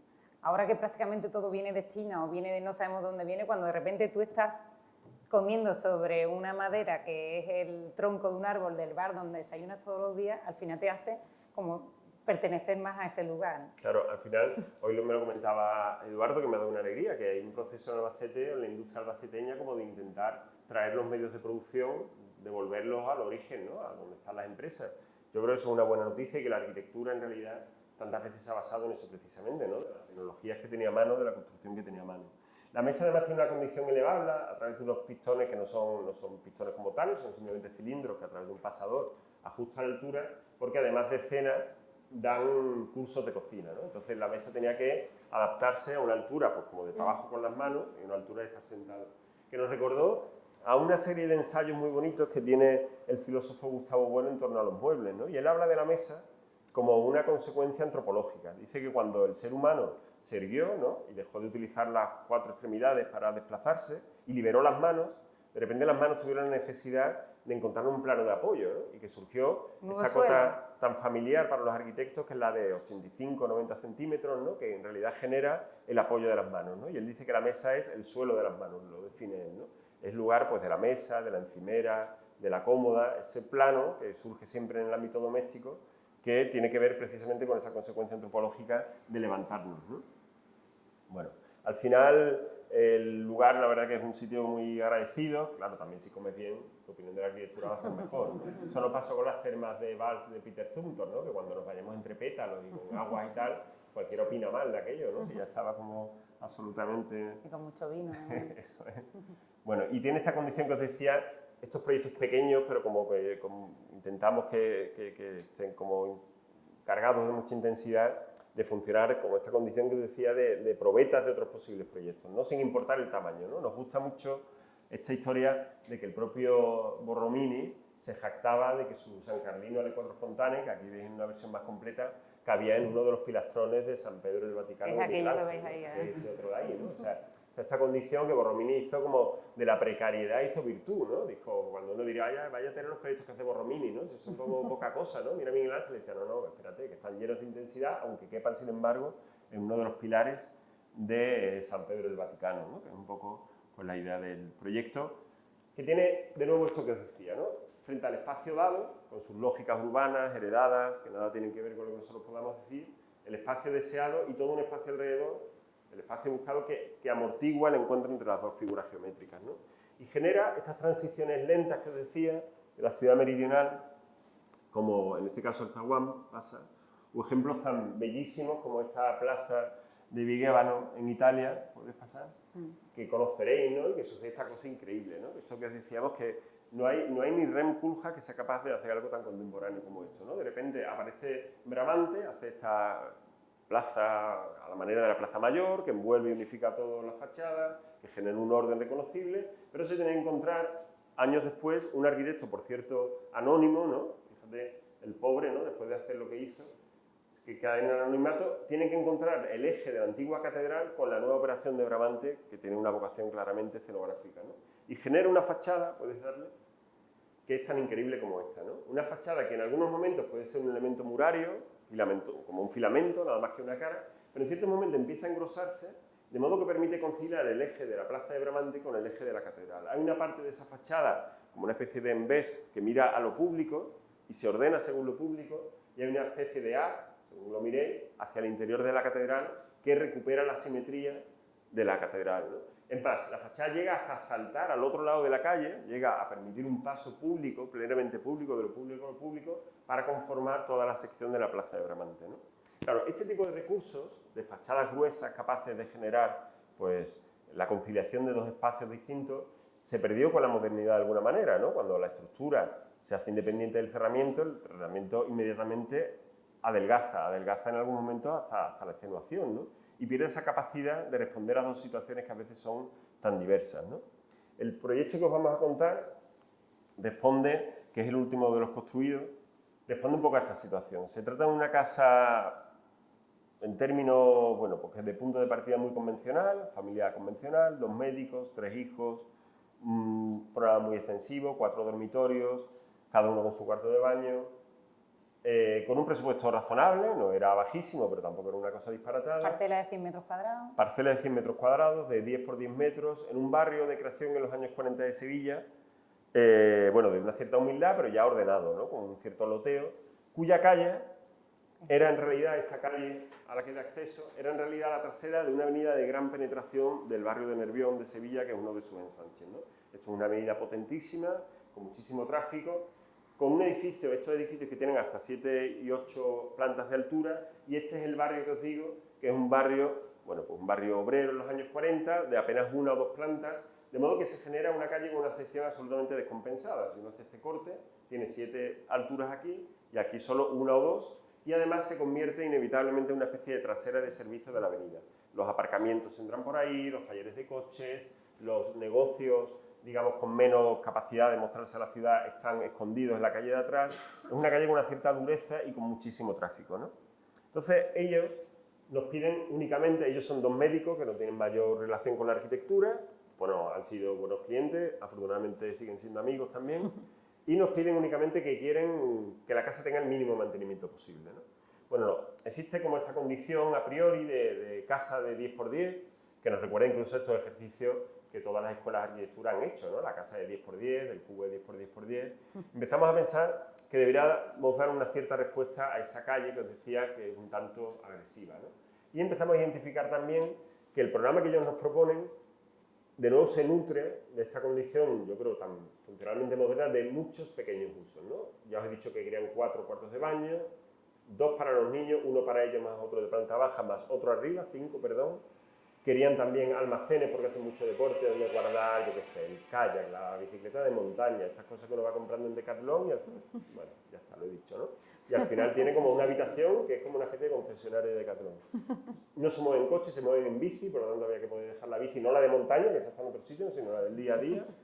Les gusta mucho cocinar y también querían una cocina muy amplia. En fin, van surgiendo, por supuesto, las instalaciones, que incluso en el mundo doméstico hoy día van cogiendo una importancia tremenda, ¿no? Si tienes el acumulador dentro, disociado de las placas solares. Él es argentino y su familia viene a verlo en periodos largos, entonces él decía que la familia, no sabía cómo decirlo, pero que quería estar con la familia, pero que tampoco se mezclase mucho en su vida normal. Porque claro, cuando estuvieran aquí, como venían del otro lado del océano, se quedaban varios días y decían, bueno, pues quiero acogerlos, pero también, perdón, varias semanas, en efecto, quiero acogerlos, pero también quiero que podamos vivir en una cierta independencia. Entonces, todas estas condiciones empiezan a sugerir una especie de casa de piel de cebolla, como si hubiera distintas, una reverberación del propio cuadrado donde nos acogían, que vaya generando de nuevo como un gradiente espeso entre la calle y la habitación, ¿no? Hay un primer anillo que propone generar un vacío donde uno pudiera ubicar los espacios de servicio, la parte vivible del espacio de servicio, o un pequeño zaguán de entrada, o incluso la escalera que funcionara casi como una adarve de una muralla, ¿no? Donde uno casi la recorre por fuera, lo entenderéis mejor con las plantas y las secciones, y un segundo anillo que sería básicamente almacenaje, ¿no? Que es como al final una cuestión que yo creo que merece la pena tener en cuenta en los proyectos domésticos desde el principio, ¿no? Claro, nos acordamos de otras imágenes que son fetiches, ¿no? Sabéis que ahora Cristo y Jean-Claude, ¿eh? En los medios siguen diciendo solo Cristo, en verdad Jean-Claude fue su mujer y fue la artista absolutamente culpable de todo lo que hizo Cristo también a lo largo de su vida, y nunca se le nombra. Bueno, pues Cristo ahora vuelve a estar de moda porque sabéis que han vuelto el Arco del Triunfo de l'Étoile en París, pero bueno, sabéis que él falleció, también antes falleció incluso Jean-Claude, y esta es un poco la imagen que tenemos de él, ¿no? En el caso del Reichstag, que fue como la obra más sonora de todas, ¿no? Al final, siempre se ha entendido a Cristo como un asunto de volumen, casi como de abstracción de una forma que nos cuenta otras cosas que cuando la forma está entretenida en el ornamento, o en la fenestración, o cuestiones menores, ¿no?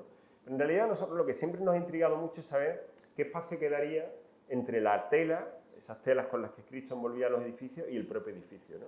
Porque además, como todo arte contemporáneo, también como la arquitectura, está llena de trucos. Esa sensación de que alguien ha llegado y ha soltado un pañuelo encima del edificio es absolutamente ficticia. Cristo genera todo un andamiaje para proteger cornisas, gárgolas, para que no, con el peso de toneladas de tela no rompan todo este tipo de elementos. También para simplificar el volumen, ¿no? Para que al final acabe... Claro, siendo más abstracto aún, ¿no? Entonces, al final, no hemos conseguido ninguna fotografía de ese espacio intermedio, pero sí este plano. Claro, esto es lo que nos interesa a nosotros del arte contemporáneo, que en ciertas claves, después cada uno asume sus reglas disciplinares, ¿no? Lo que os he dicho, la arquitectura tiene sus reglas, y nosotros somos artistas, somos arquitectos. Pero es verdad que antes de la materialización de las ideas, queremos que sea un ámbito común que podemos compartir, ¿no? De reflexión. Entonces, al final, surge este espacio que vuelve a generar una piel gruesa entre el espacio interior, ¿no? O entre la estructura urbana y el espacio interior, ¿no? Un poco como eso que os enseñábamos de la plaza de Vigevano en Italia, ¿no? Al final existe como ese entendimiento de la piel como algo grueso que trasciende del filamento moderno, del elemento puramente sin sección. Aunque en este caso esté constituido con filamento, claro, tan fino como una tela, ¿no? Pero que al final crea un nuevo espacio. Ya tiene una condición espacial, no solamente una condición constructiva, sino que ya tiene una condición espacial. Al final, la planta se desarrolla de esta manera. Hay un primer ámbito de entrada que es un zaguán, que está completamente abierto a la calle a través de una cerrajería, pero todavía hace frío, digamos. Se entra lateralmente. Uno puede subir a la última planta, que es donde se quedarán los padres de él cuando vengan, a través de una escalera con que es interior, te lanza rápidamente hacia la cota superior sin prácticamente entrar en el ámbito del salón. Un ámbito, bueno, donde se mueve el mundo tecnológico, wifi, televisión, todo este tipo de asuntos. Un primer almacén donde además aparecen los elementos de las instalaciones con más volumen. En este caso no había aerotermia, pero sí había un depósito acumulador muy grande. El anillo da la vuelta porque luego hay una terraza que cubre esta parte del patio. Y finalmente una cocina muy larga, con mucho espacio de trabajo, que al final se mide en metros lineales, encimera, que se vuelve a sumar al salón, y un pequeño aseo que se articula a través de un giro para no abrirse directamente a este espacio, ¿no? Y un segundo anillo donde uno va teniendo una estantería, la parte de instalaciones que os decía, la parte de almacenaje de la cocina y una parte de almacenaje de vajilla ligado a la mesa. y que además sirve para albergar los únicos 4 pilares que tiene la casa, que son estos 4, porque, como decía, esto era un barrio muy humilde de los años 40, las casas son bastante deficientes y convenía cimentar separado de las medianeras. Entonces los pilares se retraen, se retranquean respecto a las medianeras, y a través de un ingenio que tiene que ver con aquellos dibujos que hacía Serlio en su tratado, esto que se vino a llamar el forjado serliano, hay solo 4 pilares y un forjado ejecutado in situ, nervado, pero que va cambiando la inercia de cada uno de los paños apoyándose uno encima de otro. Es como esto que quizás hayáis visto alguna vez, donde uno se pone de rodillas, otro se apoya en sí, a su vez tú te apoyas en otro que está de rodillas y acabas siendo capaz de sostenerte, una especie de equilibrio. A nosotros nos gusta, bromeábamos en el estudio diciendo que habíamos hecho una casa que tenía menos pilares que cuarto de baño. Sí, la pareja estaba súper orgulloso de eso. Allá donde va lo cuenta, esta casa tiene menos pilares que cuartos de baño. Bueno, y al final también hay una idea constructiva, pero también atmosférica, ¿no? Permite pues, subrayar esa condición de planta central, que también se repetía en el taller de cocina, como os decía, que, bueno, que al final pues, remite al Zolo y remite a toda una genealogía de la arquitectura que nos interesa mucho, que habla pues, del espacio principal y de los espacios accesorios como un anillo protector, ¿no? La casa... Bueno, al final esa misma lógica, tanto espacial como estructural, va ascendiendo, ahora lo veremos mejor en las plantas. Se generan este tipo de espacios, lo que os decía, un primer zaguán, donde albergan las bicis, que todavía es exterior, pero que ya existe una cierta privacidad. La cerrajería tiene una malla de ployé estirada, ¿no? Pero con una onda muy pequeña, de modo que se filtran muy bien las transparencias. Y en la planta de los dormitorios, esa misma espesor de la fachada es como una especie de logia que tiene en este caso un sentido claramente protector, porque estamos en una fachada sur, que en Sevilla puede llegar a ser una orientación realmente agresiva, ¿no? El sur pegando en julio o en agosto, ya supondréis que es algo realmente difícil, ¿no? Pero también esas dobles pieles nos permite tener un control lumínico de ventilación y también de vista, porque recordad que hemos visto que el edificio de enfrente tiene 6 plantas, realmente la casa está muy expuesta y con mecanismos muy manipulado, o sea, de fácil control, uno puede controlar, tener tanto la el privacidad como la incidencia. De esos aspectos. También diría, esto sería como otro tema, que ya vendremos a ver si nos invitáis otra vez dentro de un tiempo y lo desarrollamos, pero también tiene que ver con esto de la capacidad significante de la arquitectura.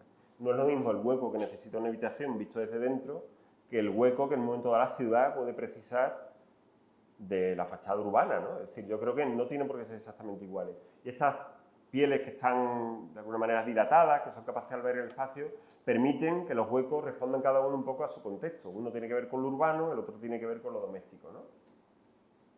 Bueno, el interior, ya como algunos paseos. Esto que os decía de que ellos, una de las pocas condiciones, además del programa que nos propusieron, era el no mantenimiento, se resolvió proponiendo algo que hacía tiempo que nos gustaba hacer, ¿no?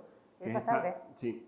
Que tiene que ver con esto tan bonito que decía Luis Moreno Mansilla cuando decía la arquitectura es la conjunción o el acuerdo entre las necesidades públicas y las obsesiones privadas, ¿no? Entonces, a nosotros siempre nos había apetecido pensar que hubiera algún material que pudiera funcionar tanto en el exterior como en el interior, bueno, es como también utópico no, pero es como un recurso de la modernidad, ¿no? La casa de ladrillo de Mies, ¿no?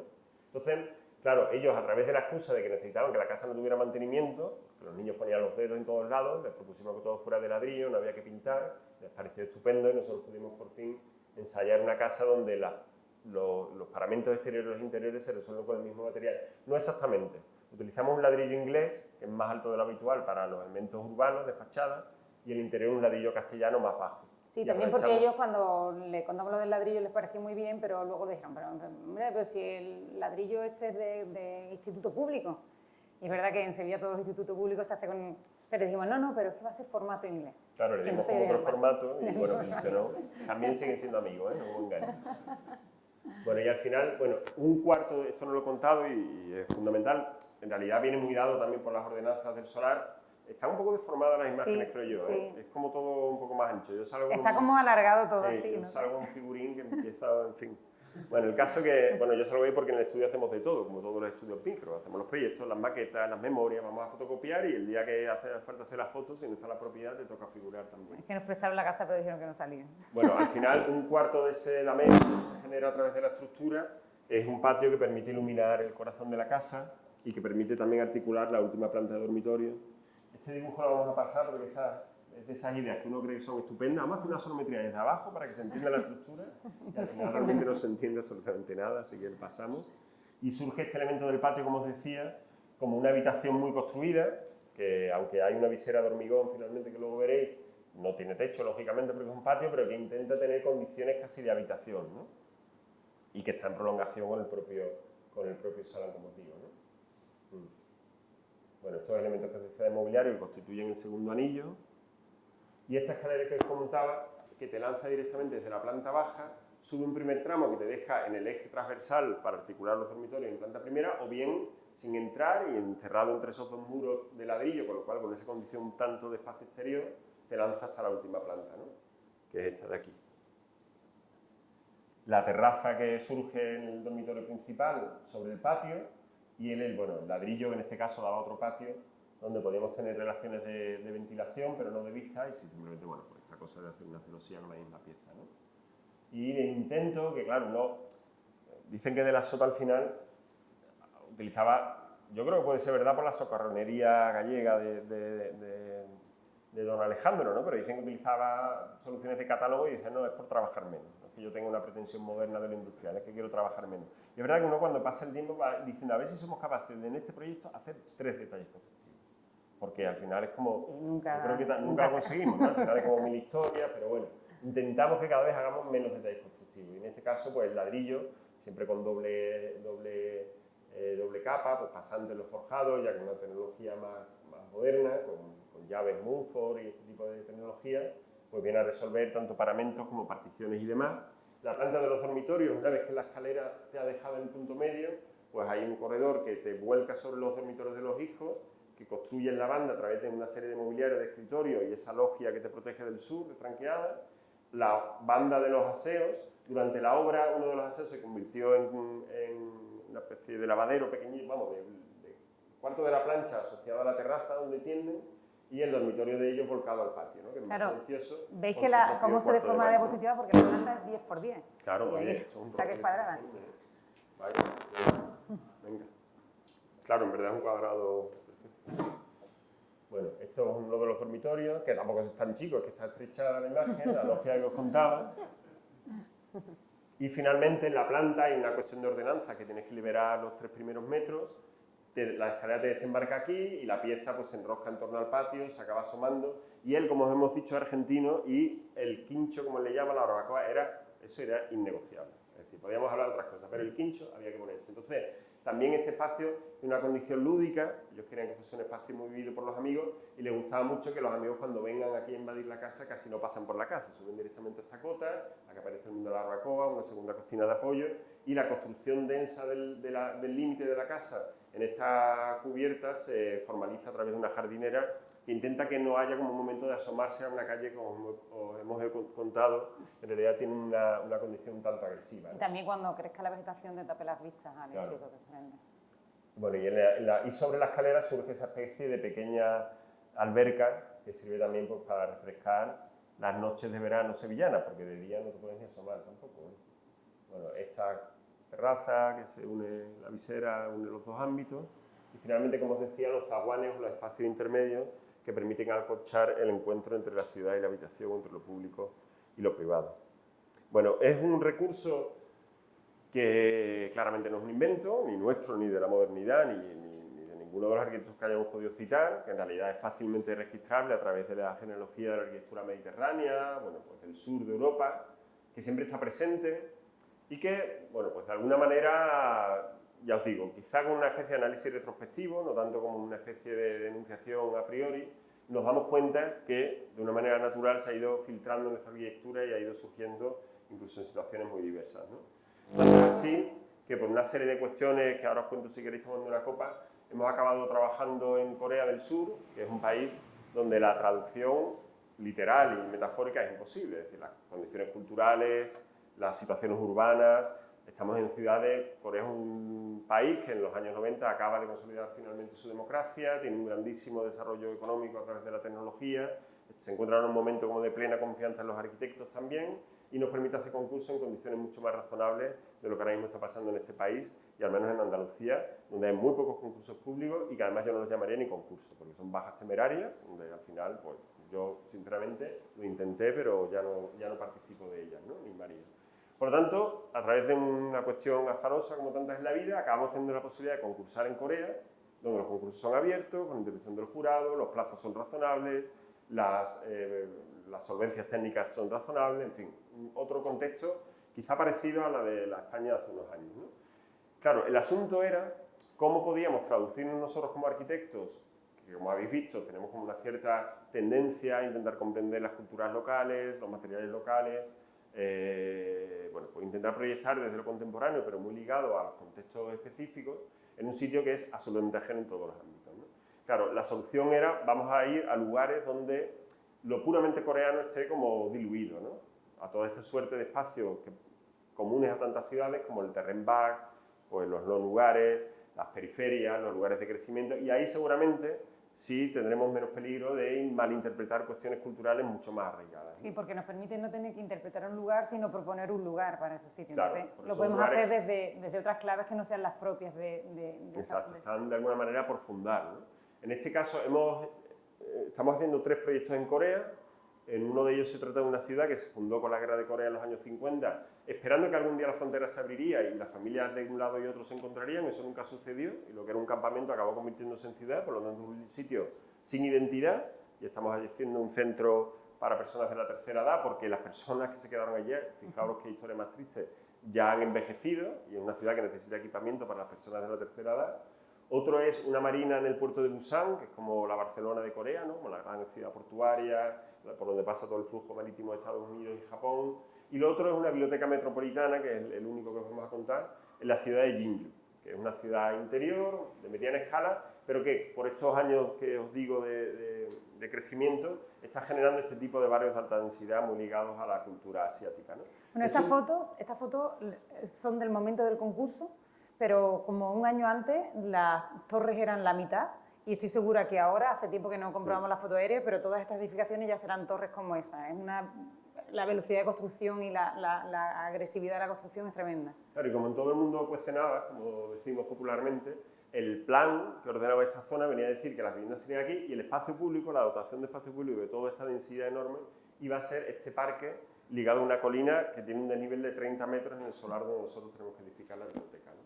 Entonces esta cosa un poco de que, bueno, pongámoselo fácil a los promotores para que construyan donde es más cómodo y ya el espacio público, que es una cosa casi residual muchas veces, pues queda en la parte ingobernable, ¿no? Entonces nosotros tenemos que hacer una biblioteca metropolitana que resuelve, es como un gran equipamiento del este de la ciudad, en un solar que más o menos está aquí, salvando, hay una diferencia de cota de 30 metros entre la avenida y la parte de arriba. Y toda la colina, que ya está más enverdecida porque tiene un proyecto de paisaje, va a ser el parque público que dé servicio a todas esas viviendas. ¿Puedes pasar? Sí. Bueno, al final el proyecto, por eso digo, al final uno arrastra una cierta memoria, incluso cuando transita por lugares que ni siquiera son parte de su cultura, al final lo que entendemos es que la biblioteca, como todos los encargos, como todos los proyectos, responde como a 2 motivaciones. Una es la que te piden y otra es la que tú quieres hacer. La que te piden es una biblioteca que vamos a hacer todo lo posible por resolverla muy bien.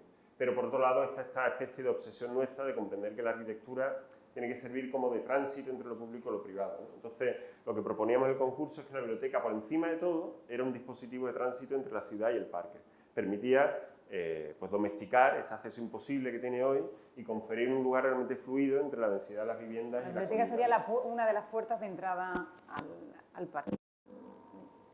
Bueno, al final lo que proponemos, ya lo vamos a contar muy rápido, que es algo tarde, es un aterrazamiento para lidiar de una manera, pues si queréis, pues muy disciplinar con la colina, ¿no? Podemos pensar en Molezoom, en Sota, ¿no? Estas arquitecturas que hacen como los esquiadores, ¿no? En vez de tirarte por donde te vas a matar, que es la máxima pendiente, vas zigzagueando para ser capaz de adaptarte a la colina, ¿no? Y finalmente, de verdad que me es un poco un fastidio que estén tan achatadas porque, sí. Claro, la arquitectura horizontal... Aquí parecen las torres todavía más altas. Claro, y además sabéis esta cosa moderna de que lo horizontal siempre es como más elegante, ¿no? Pues nada, no han quedado rechonchas las cosas. Bueno, al final hay como 3 grandes aterrazamientos. La biblioteca desarrolla un programa que es el de una biblioteca contemporánea, no es puramente un lugar de lectura, sino que además tiene un centro cívico, una guardería, un bar que sirve a todo eso, pero también tiene vocación de servir a la comunidad de vecinos. Un auditorio, es como un gran auditorio. condensador cultural. Entonces, del barrio. La primera de las bandejas más asociada al mundo urbano es donde está el centro cívico, la cafetería. ¿Puedes pasar, María? Esta de aquí, que permite también accesos independientes a través de la parte más urbanizada del centro cívico o a través del propio parque hacia la cafetería, o si uno continúa desde abajo, llega a la parte del auditorio que ahora veremos. Perdón, Bueno, ¿lo paso llega o...? del otro lado, sí. Bueno, vuelve otra vez. ¿Vuelve a ver? Perdón. Y a las dos bandejas de la biblioteca que pedían que hubiera una parte de biblioteca infantil y otra que sería esta bandeja de aquí y otra de biblioteca general. Pero lo que articula toda esta especie de elemento en terraza es un pasaje que penetra el edificio, siendo todavía espacio público, que te permite no tener que llegar a entrar en él, pero participar de él de alguna manera, porque lo estás atravesando, estás cubierto, y que permite generar un acceso mucho más pautado, mucho más amable hacia el propio parque, ¿no? Bueno, estas son algunas imágenes achatadas del edificio. ¿Sigue? Bueno, esta es la planta del auditorio. Tú ahora has entrado por aquí y tienes un acceso desde abajo y otro desde arriba al auditorio, y sobre ti está la biblioteca. Los elementos servidores, en este caso todos los pequeños espacios, son como los elementos de contención de la montaña, se llevan a la espalda y siempre están como conteniendo de alguna manera la propia presión de la montaña. Estas son imágenes del concurso donde se ve el pasaje, en este caso estaríamos dentro de la biblioteca, bueno, uno de los puentes que hay, y el pasaje que al final, al fondo del pasaje, tienes el propio parque, ¿no? Y esta es la sección que cuenta pues, por el proyecto, ¿no? Hay una dotación de aparcamiento muy importante que por lógica deberíamos dejar en cota cero, porque la colina además es de roca, es muy caro excavar, con lo cual queda esta cota. Esta primera crujía más pública, ligado más a lo urbano, a la ciudad, el pasaje que atraviesa el edificio, todavía unos ciertos usos, como el auditorio, que necesitan más condiciones lumínicas, quedan enterrados, y las bandejas, donde está la gran biblioteca general, abierta también ya al talud verde del fondo de la colina, y la de los niños, ¿no? Generando esta transparencia que te permite tener los usos pues, separados de una manera muy eficiente, porque ya digo que son usos muy diferentes en muchos casos, pero al mismo tiempo tener una percepción global de toda la intervención. Sí, la inclinación de la cubierta tiene dos ventajas para nosotros, que es que primero te tapa las vistas hacia los edificios de enfrente y te la desvías hacia los laterales, que es donde continuará el parque, y además te crea esta continuidad entre las diferentes plataformas de la biblioteca, ¿no? Que al final, estés donde estés, siempre tienes la conciencia de controlar el edificio entero. Sí, sigue si quieres. Esta ya es la planta de la biblioteca de los niños, donde una serie de patios, cuando no son las propias bandejas las que articulan el espacio, una serie de patios permiten generar diferenciación entre la mediateca, que se desarrolla en pendiente a través de una especie de anfiteatro, o la guardería, que está ligada a la biblioteca de los niños, pero separado en vez de con tabiquería, pues con esos vacíos de patios que también permiten pues, imaginar momentos de lectura libre y, como decía, todo el paquete de instalaciones y espacios servidores que quedan siempre como respaldando el edificio contra la colina, ¿no?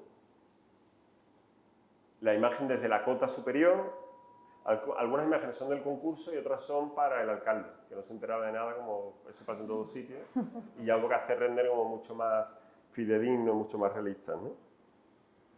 Y la última cota, que se une con la de los niños a través del anfiteatro inclinado, y finalmente es una nave pues, bueno, muy ligada a las estanterías y a la parte posterior, que ya es claramente el parque y que se enfrenta contra el talud porque la colina del parque sigue subiendo todavía. Claro, es lo que os decía, la cubierta da una escala a la ciudad, y en cambio cuando la comentas desde el lateral la escala es mucho más amable, ¿no? Tiene más que ver con la escala del parque. Eso es, ¿no? Y aquí ya se ve claramente, a la derecha estaría la cafetería, la cubierta que hace como una especie, como esto que llevan los caballos, ¿no? Tú me hablabas hoy de los caballos de Sevilla, ¿no? Que te llamaron la atención, los de los coches de caballos, ¿cómo se llama esto? Orejeras le llamamos nosotros, ¿no? Te permite como enfocar, o por lo menos protegerte un tanto de la visión de las viviendas tan agresivas, y una relación transversal mucho más ligada al parque y el pasaje que une la ciudad con el propio parque. Ahora estamos con estas cosas, con el proyecto de ejecución, y nos llamaron el otro día muy preocupados diciendo que allí hay una normativa que, como todo esto está en roca y hay que picarla, que la roca que se saca de allí no se mueve de allí, o sea que la tenemos que utilizar en el edificio, claro. Pues ellos lo ven un problema y nosotros hemos dicho... Otro socio coreano nos llama asustado pensando a ver cómo se lo van a tomar, y para nosotros nos pareció fabuloso, ¿no? Todo roca, ahora va a ser todo roca. Tiene que ver con esto de los árboles de Sevilla que construyen la mesa, o de las columnas fenicias que construyen el matadero. Tiene con esta condición de que en la medida de lo posible trabajemos con lo que está a mano, ¿no? Vale, bueno, al final, claro, se trata, llamadme ventajista, pero es que hoy me han enseñado un edificio que me pareció maravilloso, no solo por lo que se ve, sino por lo que no se ve, ¿no? Porque me decía Eduardo, además este edificio hay unos locales que tienen 2 metros de espesor porque chocan contra la estructura urbana dada, y en otros se amplía, ¿no? Y yo le decía, pues tú sabes que eso es barroco, pero voy a explicarlo. Entonces hay esta condición como de una arquitectura que pretende ser generosa, que entiende, o pretende al menos, comprender que el primer cliente, esto que no lo sepa el que paga, es la ciudad.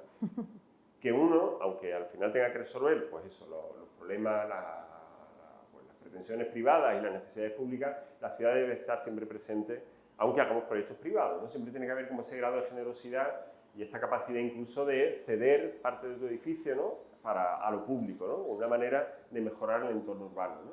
Bueno, esto sucede en el pasaje de los Hogares, que ya me he quedado como un aprendizaje que voy a utilizar en muchas ocasiones, y también sucede quizás en los momentos más ligados a nuestra memoria. Como podréis imaginar, lo que os hemos contado tiene algo de construcción, bueno, pues académica, intelectual si queréis, es decir, tiene algo de construcción a posteriori, ¿no? Esa mirada retrospectiva que os decía.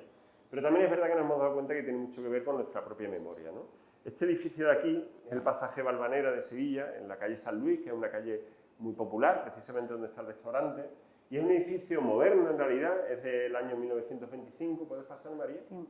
Cuya planta pues denota decisiones claramente modernas, como la ubicación de los núcleos verticales, la forma de distribuir las crujías, ¿no? De una manera ya muy racional, pero estos arquitectos, Manuel Martínez Mas y Ramón Balbuena, deciden hacer algo realmente asombroso, que es ceder toda esta parte del solar para generar una calle inexistente que atraviesa completamente una de esas grandes manzanas sevillanas que os contaba al principio y provocar una serie de relaciones entre distintos ámbitos de la ciudad que antes no eran posibles, ¿no? Este es el pasaje Valvanera que nosotros hemos vivido, que después en la Escuela de Arquitectura descubrimos que es un capítulo de la historia de la arquitectura reseñable y que con el tiempo hemos vuelto a apreciar casi desde lo vivencial, ¿no? Desde la memoria.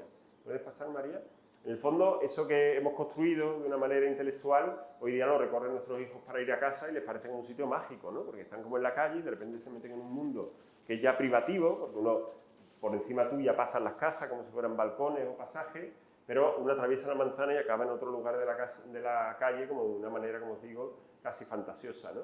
Aldo Rossi, que tuvo mucha vinculación con Sevilla, cuando escribe el que para mí es el mejor de sus libros, que es la autobiografía científica, dice de Valvanera: Valvanera es una casa y una calle, un puente y un camino. El término pasaje supera la definición tipológica para significar el paso de una nueva arquitectura, donde la gente se encuentre y sea libre, donde la realidad sea la base y el objeto de la imaginación. Valvanera podría ser una novela o una película. Bueno, pues esta condición de lo urbano, de la ciudad dentro de la habitación, es la que nosotros aspiramos, pues humildemente, a desarrollar en nuestra arquitectura. Muchas gracias. Creo que, bueno, haciendo una analogía, comentabais de las termas de Valls y con el restaurante de Sevilla, nos habéis dado alimento y a mí por lo menos me habéis dejado extasiado. Si queréis hacer alguna pregunta en público o si preferís hacerla en privado, es el momento. A mí es que me ha surgido una duda. Como siempre estáis hablando de espacios de la ciudad muy permeables y pasos a través de espacios, aquí en Castilla-La Mancha yo tengo la impresión de que en muchos pueblos son, en general, lo que constituye un urbanismo más másico y espacios como que definen más lo público y lo privado. Y entonces era la duda de si habéis tenido que enfrentaros alguna vez a este tipo de espacio, que no sea en la ciudad de Corea, porque eso sí que es directamente lo ocupado contra lo no ocupado. Y más que nada va por ahí. Tú dices cómo lo hemos dirimido cuando el planeamiento no atiende este tipo de espacio. ¿O? Sí, cuando en lugar de tener como unos espacios urbanos tan permeables, os encontréis como con muros, tapias y en general espacios que son más ciegos a lo que es Claro, bueno, esta interacción. Claro. A ver, contar una colección de proyectos, una suerte de proyectos, está intencionado. Nosotros hemos buscado los proyectos que mejor responder a esta idea que os queríamos contar hoy de la ciudad permeable. Evidentemente, después, justo en esa definición que nos ha dado Eduardo, de que no somos arquitectos especialistas, también hacemos muy bien los edificios compactos, sin porosidades. Bueno, es decir, que sí, claro, hacemos de todo, hacemos lo que nos dejan.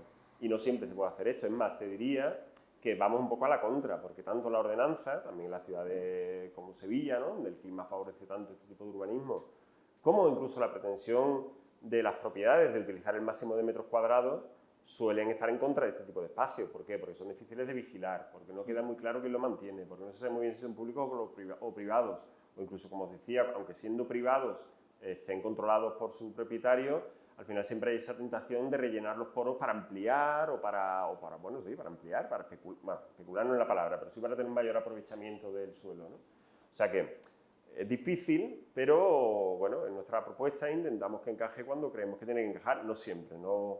Ya os he dicho antes que intentamos Si algún valor reconocemos en una cierta arquitectura, que por supuesto no representamos nosotros solos, es que frente a la imagen muy compacta, consecuente, basada como en la forma y el estilo, nosotros intentamos que las respuestas sean muy específicas. Es decir, que a veces en nuestra arquitectura parece como muy moderna en términos lingüísticos, ¿no? Porque creemos que tiene que ser así, por lo que sea, otras veces como más de raíz vernácula, es decir, que no nos interesa tanto la cuestión lingüística, sino las condiciones del contexto. Y a veces ese contexto permite generar este tipo de soluciones permeables y otras veces evidentemente no. Y ya está, intentamos hacer un proyecto también. Cuando has dicho en Corea evidentemente no, en Corea sorprendentemente sí, porque nosotros todo este tipo de espacios ambiguos han sido parte de nuestra cultura. Ahora mismo los gobiernos y la especulación urbanística no está para nada pensando en lo ambiguo. En el momento dice, vale, ¿esto de quién es? ¿Esto quién lo mantiene? Pues aquí pone una puerta para que se sepa que esto es mío y esto es tuyo, ¿no? En Sevilla se están vallando todos los parques. Los parques siempre eran espacios abiertos y ahora son todos espacios vallados que se están cerrando. En Corea nos sorprendió que no se vaya absolutamente nada. Es que el aparcamiento que habéis visto ahí, nosotros propusimos vallarlo, ¿no? Por cerrarlo, y nos dijeron, ¿pero por qué le ponéis? ¿Por qué lo cerráis? Si aquí no se cierra nada. O sea que no tiene por qué ser necesariamente la razón pues, ambiental, como en el caso de Sevilla o de Córdoba. En este caso es una cuestión como de cultura popular, donde las cosas se respetan más y ese tipo de espacios. Yo no sé si vuestro pasaje del hogar se cierra o no se cierra por la noche, ¿no? Sí. Y no sé si siempre esté cerrado tampoco. Bueno, son espacios que tienen su complejidad, no cabe duda, pero bueno, una apuesta que a nosotros nos parece que enriquece la ciudad en definitiva. Pero es verdad que no es un pie forzado, que si no se puede hacer, si entendemos que no hay por qué hacerlo en ese caso, no lo vamos a forzar, está claro. Otro día os contamos los proyectos compactos. Gracias.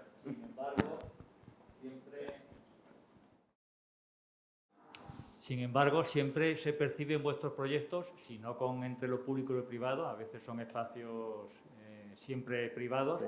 Pero sí que jugáis con los patios, con esos espacios ya privados, pero que facilitan o que se relacionan con los llenos, con lo más construido, ¿no? Sí, espacios de esponjamiento dentro de cada uno de vuestros proyectos. De todas formas, ya te vuelvo a decir lo de antes, no es que sea ni un invento nuestro, por supuesto, ni tampoco ni siquiera una pretensión, es que buena parte del tejido de ciudades como Sevilla o Córdoba y por tanto las ordenanzas que lo intentan regular asumen que su configuración urbana demanda la necesidad del patio para articularse. Es que en estas manzanas enormes la única forma de conseguir que haya una relación entre el lleno y el vacío es el patio, que permite iluminación, ventilación, o sea que ya la propia normativa es muy proclive a que exista el patio. Y la cultura popular también, es decir, a lo mejor la gente no sabe de arquitectura en términos como podemos hablar nosotros ahora, pero el patio es una cosa absolutamente arraigada y todo el mundo reconoce que el patio es un lujo. Es decir, que sea una habitación que utilizan menos que la cerrada, porque a veces llueve, porque a veces hace frío, pero que la posibilidad del patio es como una alegría en la casa, como aire, literalmente, ¿no? Pero vamos, que eso es muy cultural, eso es cierto como muy cultural. Sí, pero que además se podría identificar con vuestra arquitectura, porque cuando habéis ido a Corea también... Es verdad que a lo mejor en Corea no tendría por qué haber sido patio, pero es verdad que tenemos... Es cierto, Jolín. Igual que el pasaje también tendrá que ver con que uno arrastra algo, por mucho que nosotros digamos que somos muy contextuales y que intentamos no ir como en a priori. Bueno, eso es lo que hemos intentado explicar. Claro. Pero también es verdad que intentamos que las articulaciones entre los espacios no sean a través de particiones ni de elementos débiles, sino que sean elementos más densos. A veces se construyen con esto de las bandas que os decía, de elementos servidores, ¿no? Que construyen límites más espesos, y otras veces, paradójicamente, el vacío que genera un patio precisamente está estableciendo una transición densa entre las cosas, porque no es un tabique, son como filtros. También nosotros es que decimos que nuestra forma de entender el medio también es como nosotros como personas entendemos el medio. En Andalucía, y supongo que aquí también, los saltos térmicos entre el día y la noche son enormes. Entonces, cuando nosotros estuvimos un año viviendo en París y yo no entendía eso de que la gente entraba en un sitio y se quedaba en mangas cortas y fuera tenía un chaquetón térmico así, ¿no? Era chaquetón, o todo o nada. Nosotros, en cambio, aquí sales con la camiseta, la rebequita, la chaquetita, el pañuelo y a lo largo del día vas filtrando tu relación con el medio en función de la temperatura y demás. Pues al final nuestras casas son esas también. Nuestra casa tiene la persiana, la contraventana, la galería, son como filtros que nos va permitiendo y regulando nuestra relación con el entorno. Claro, no tenemos tecnología, como el chaquetón nórdico, ¿no? Pero tenemos como capas que nos permiten ese tipo de relaciones que después, bueno, pues sí que yo creo que... Vamos, nosotros somos de herencia moderna sin duda, nuestra cultura es moderna, me refiero a movimiento moderno. Pero también es verdad que vamos, con el tiempo hemos ido apreciando pues, los vernáculos o lo que os digo, una referencia arquitectónica que no tiene que ser necesariamente lo moderno, y lo local, que creemos que enriquece muchísimo un proyecto que quizá no esté del todo acabado, que es el proyecto de lo moderno, y que si es capaz de asumir estas cosas también, tiene todavía cierta capacidad de perdurar. Pero si es capaz de asumir estas cosas con naturalidad, que tampoco es un invento, que está claro que una parte de la modernidad, y puedo citar a Codet, puedo citar a uno cualquiera, que supo entender claramente que la modernidad solo tenía sentido si era capaz de asumir lo local, ¿no? Cuidado que me enrollo rápido, ¿eh? O sea que...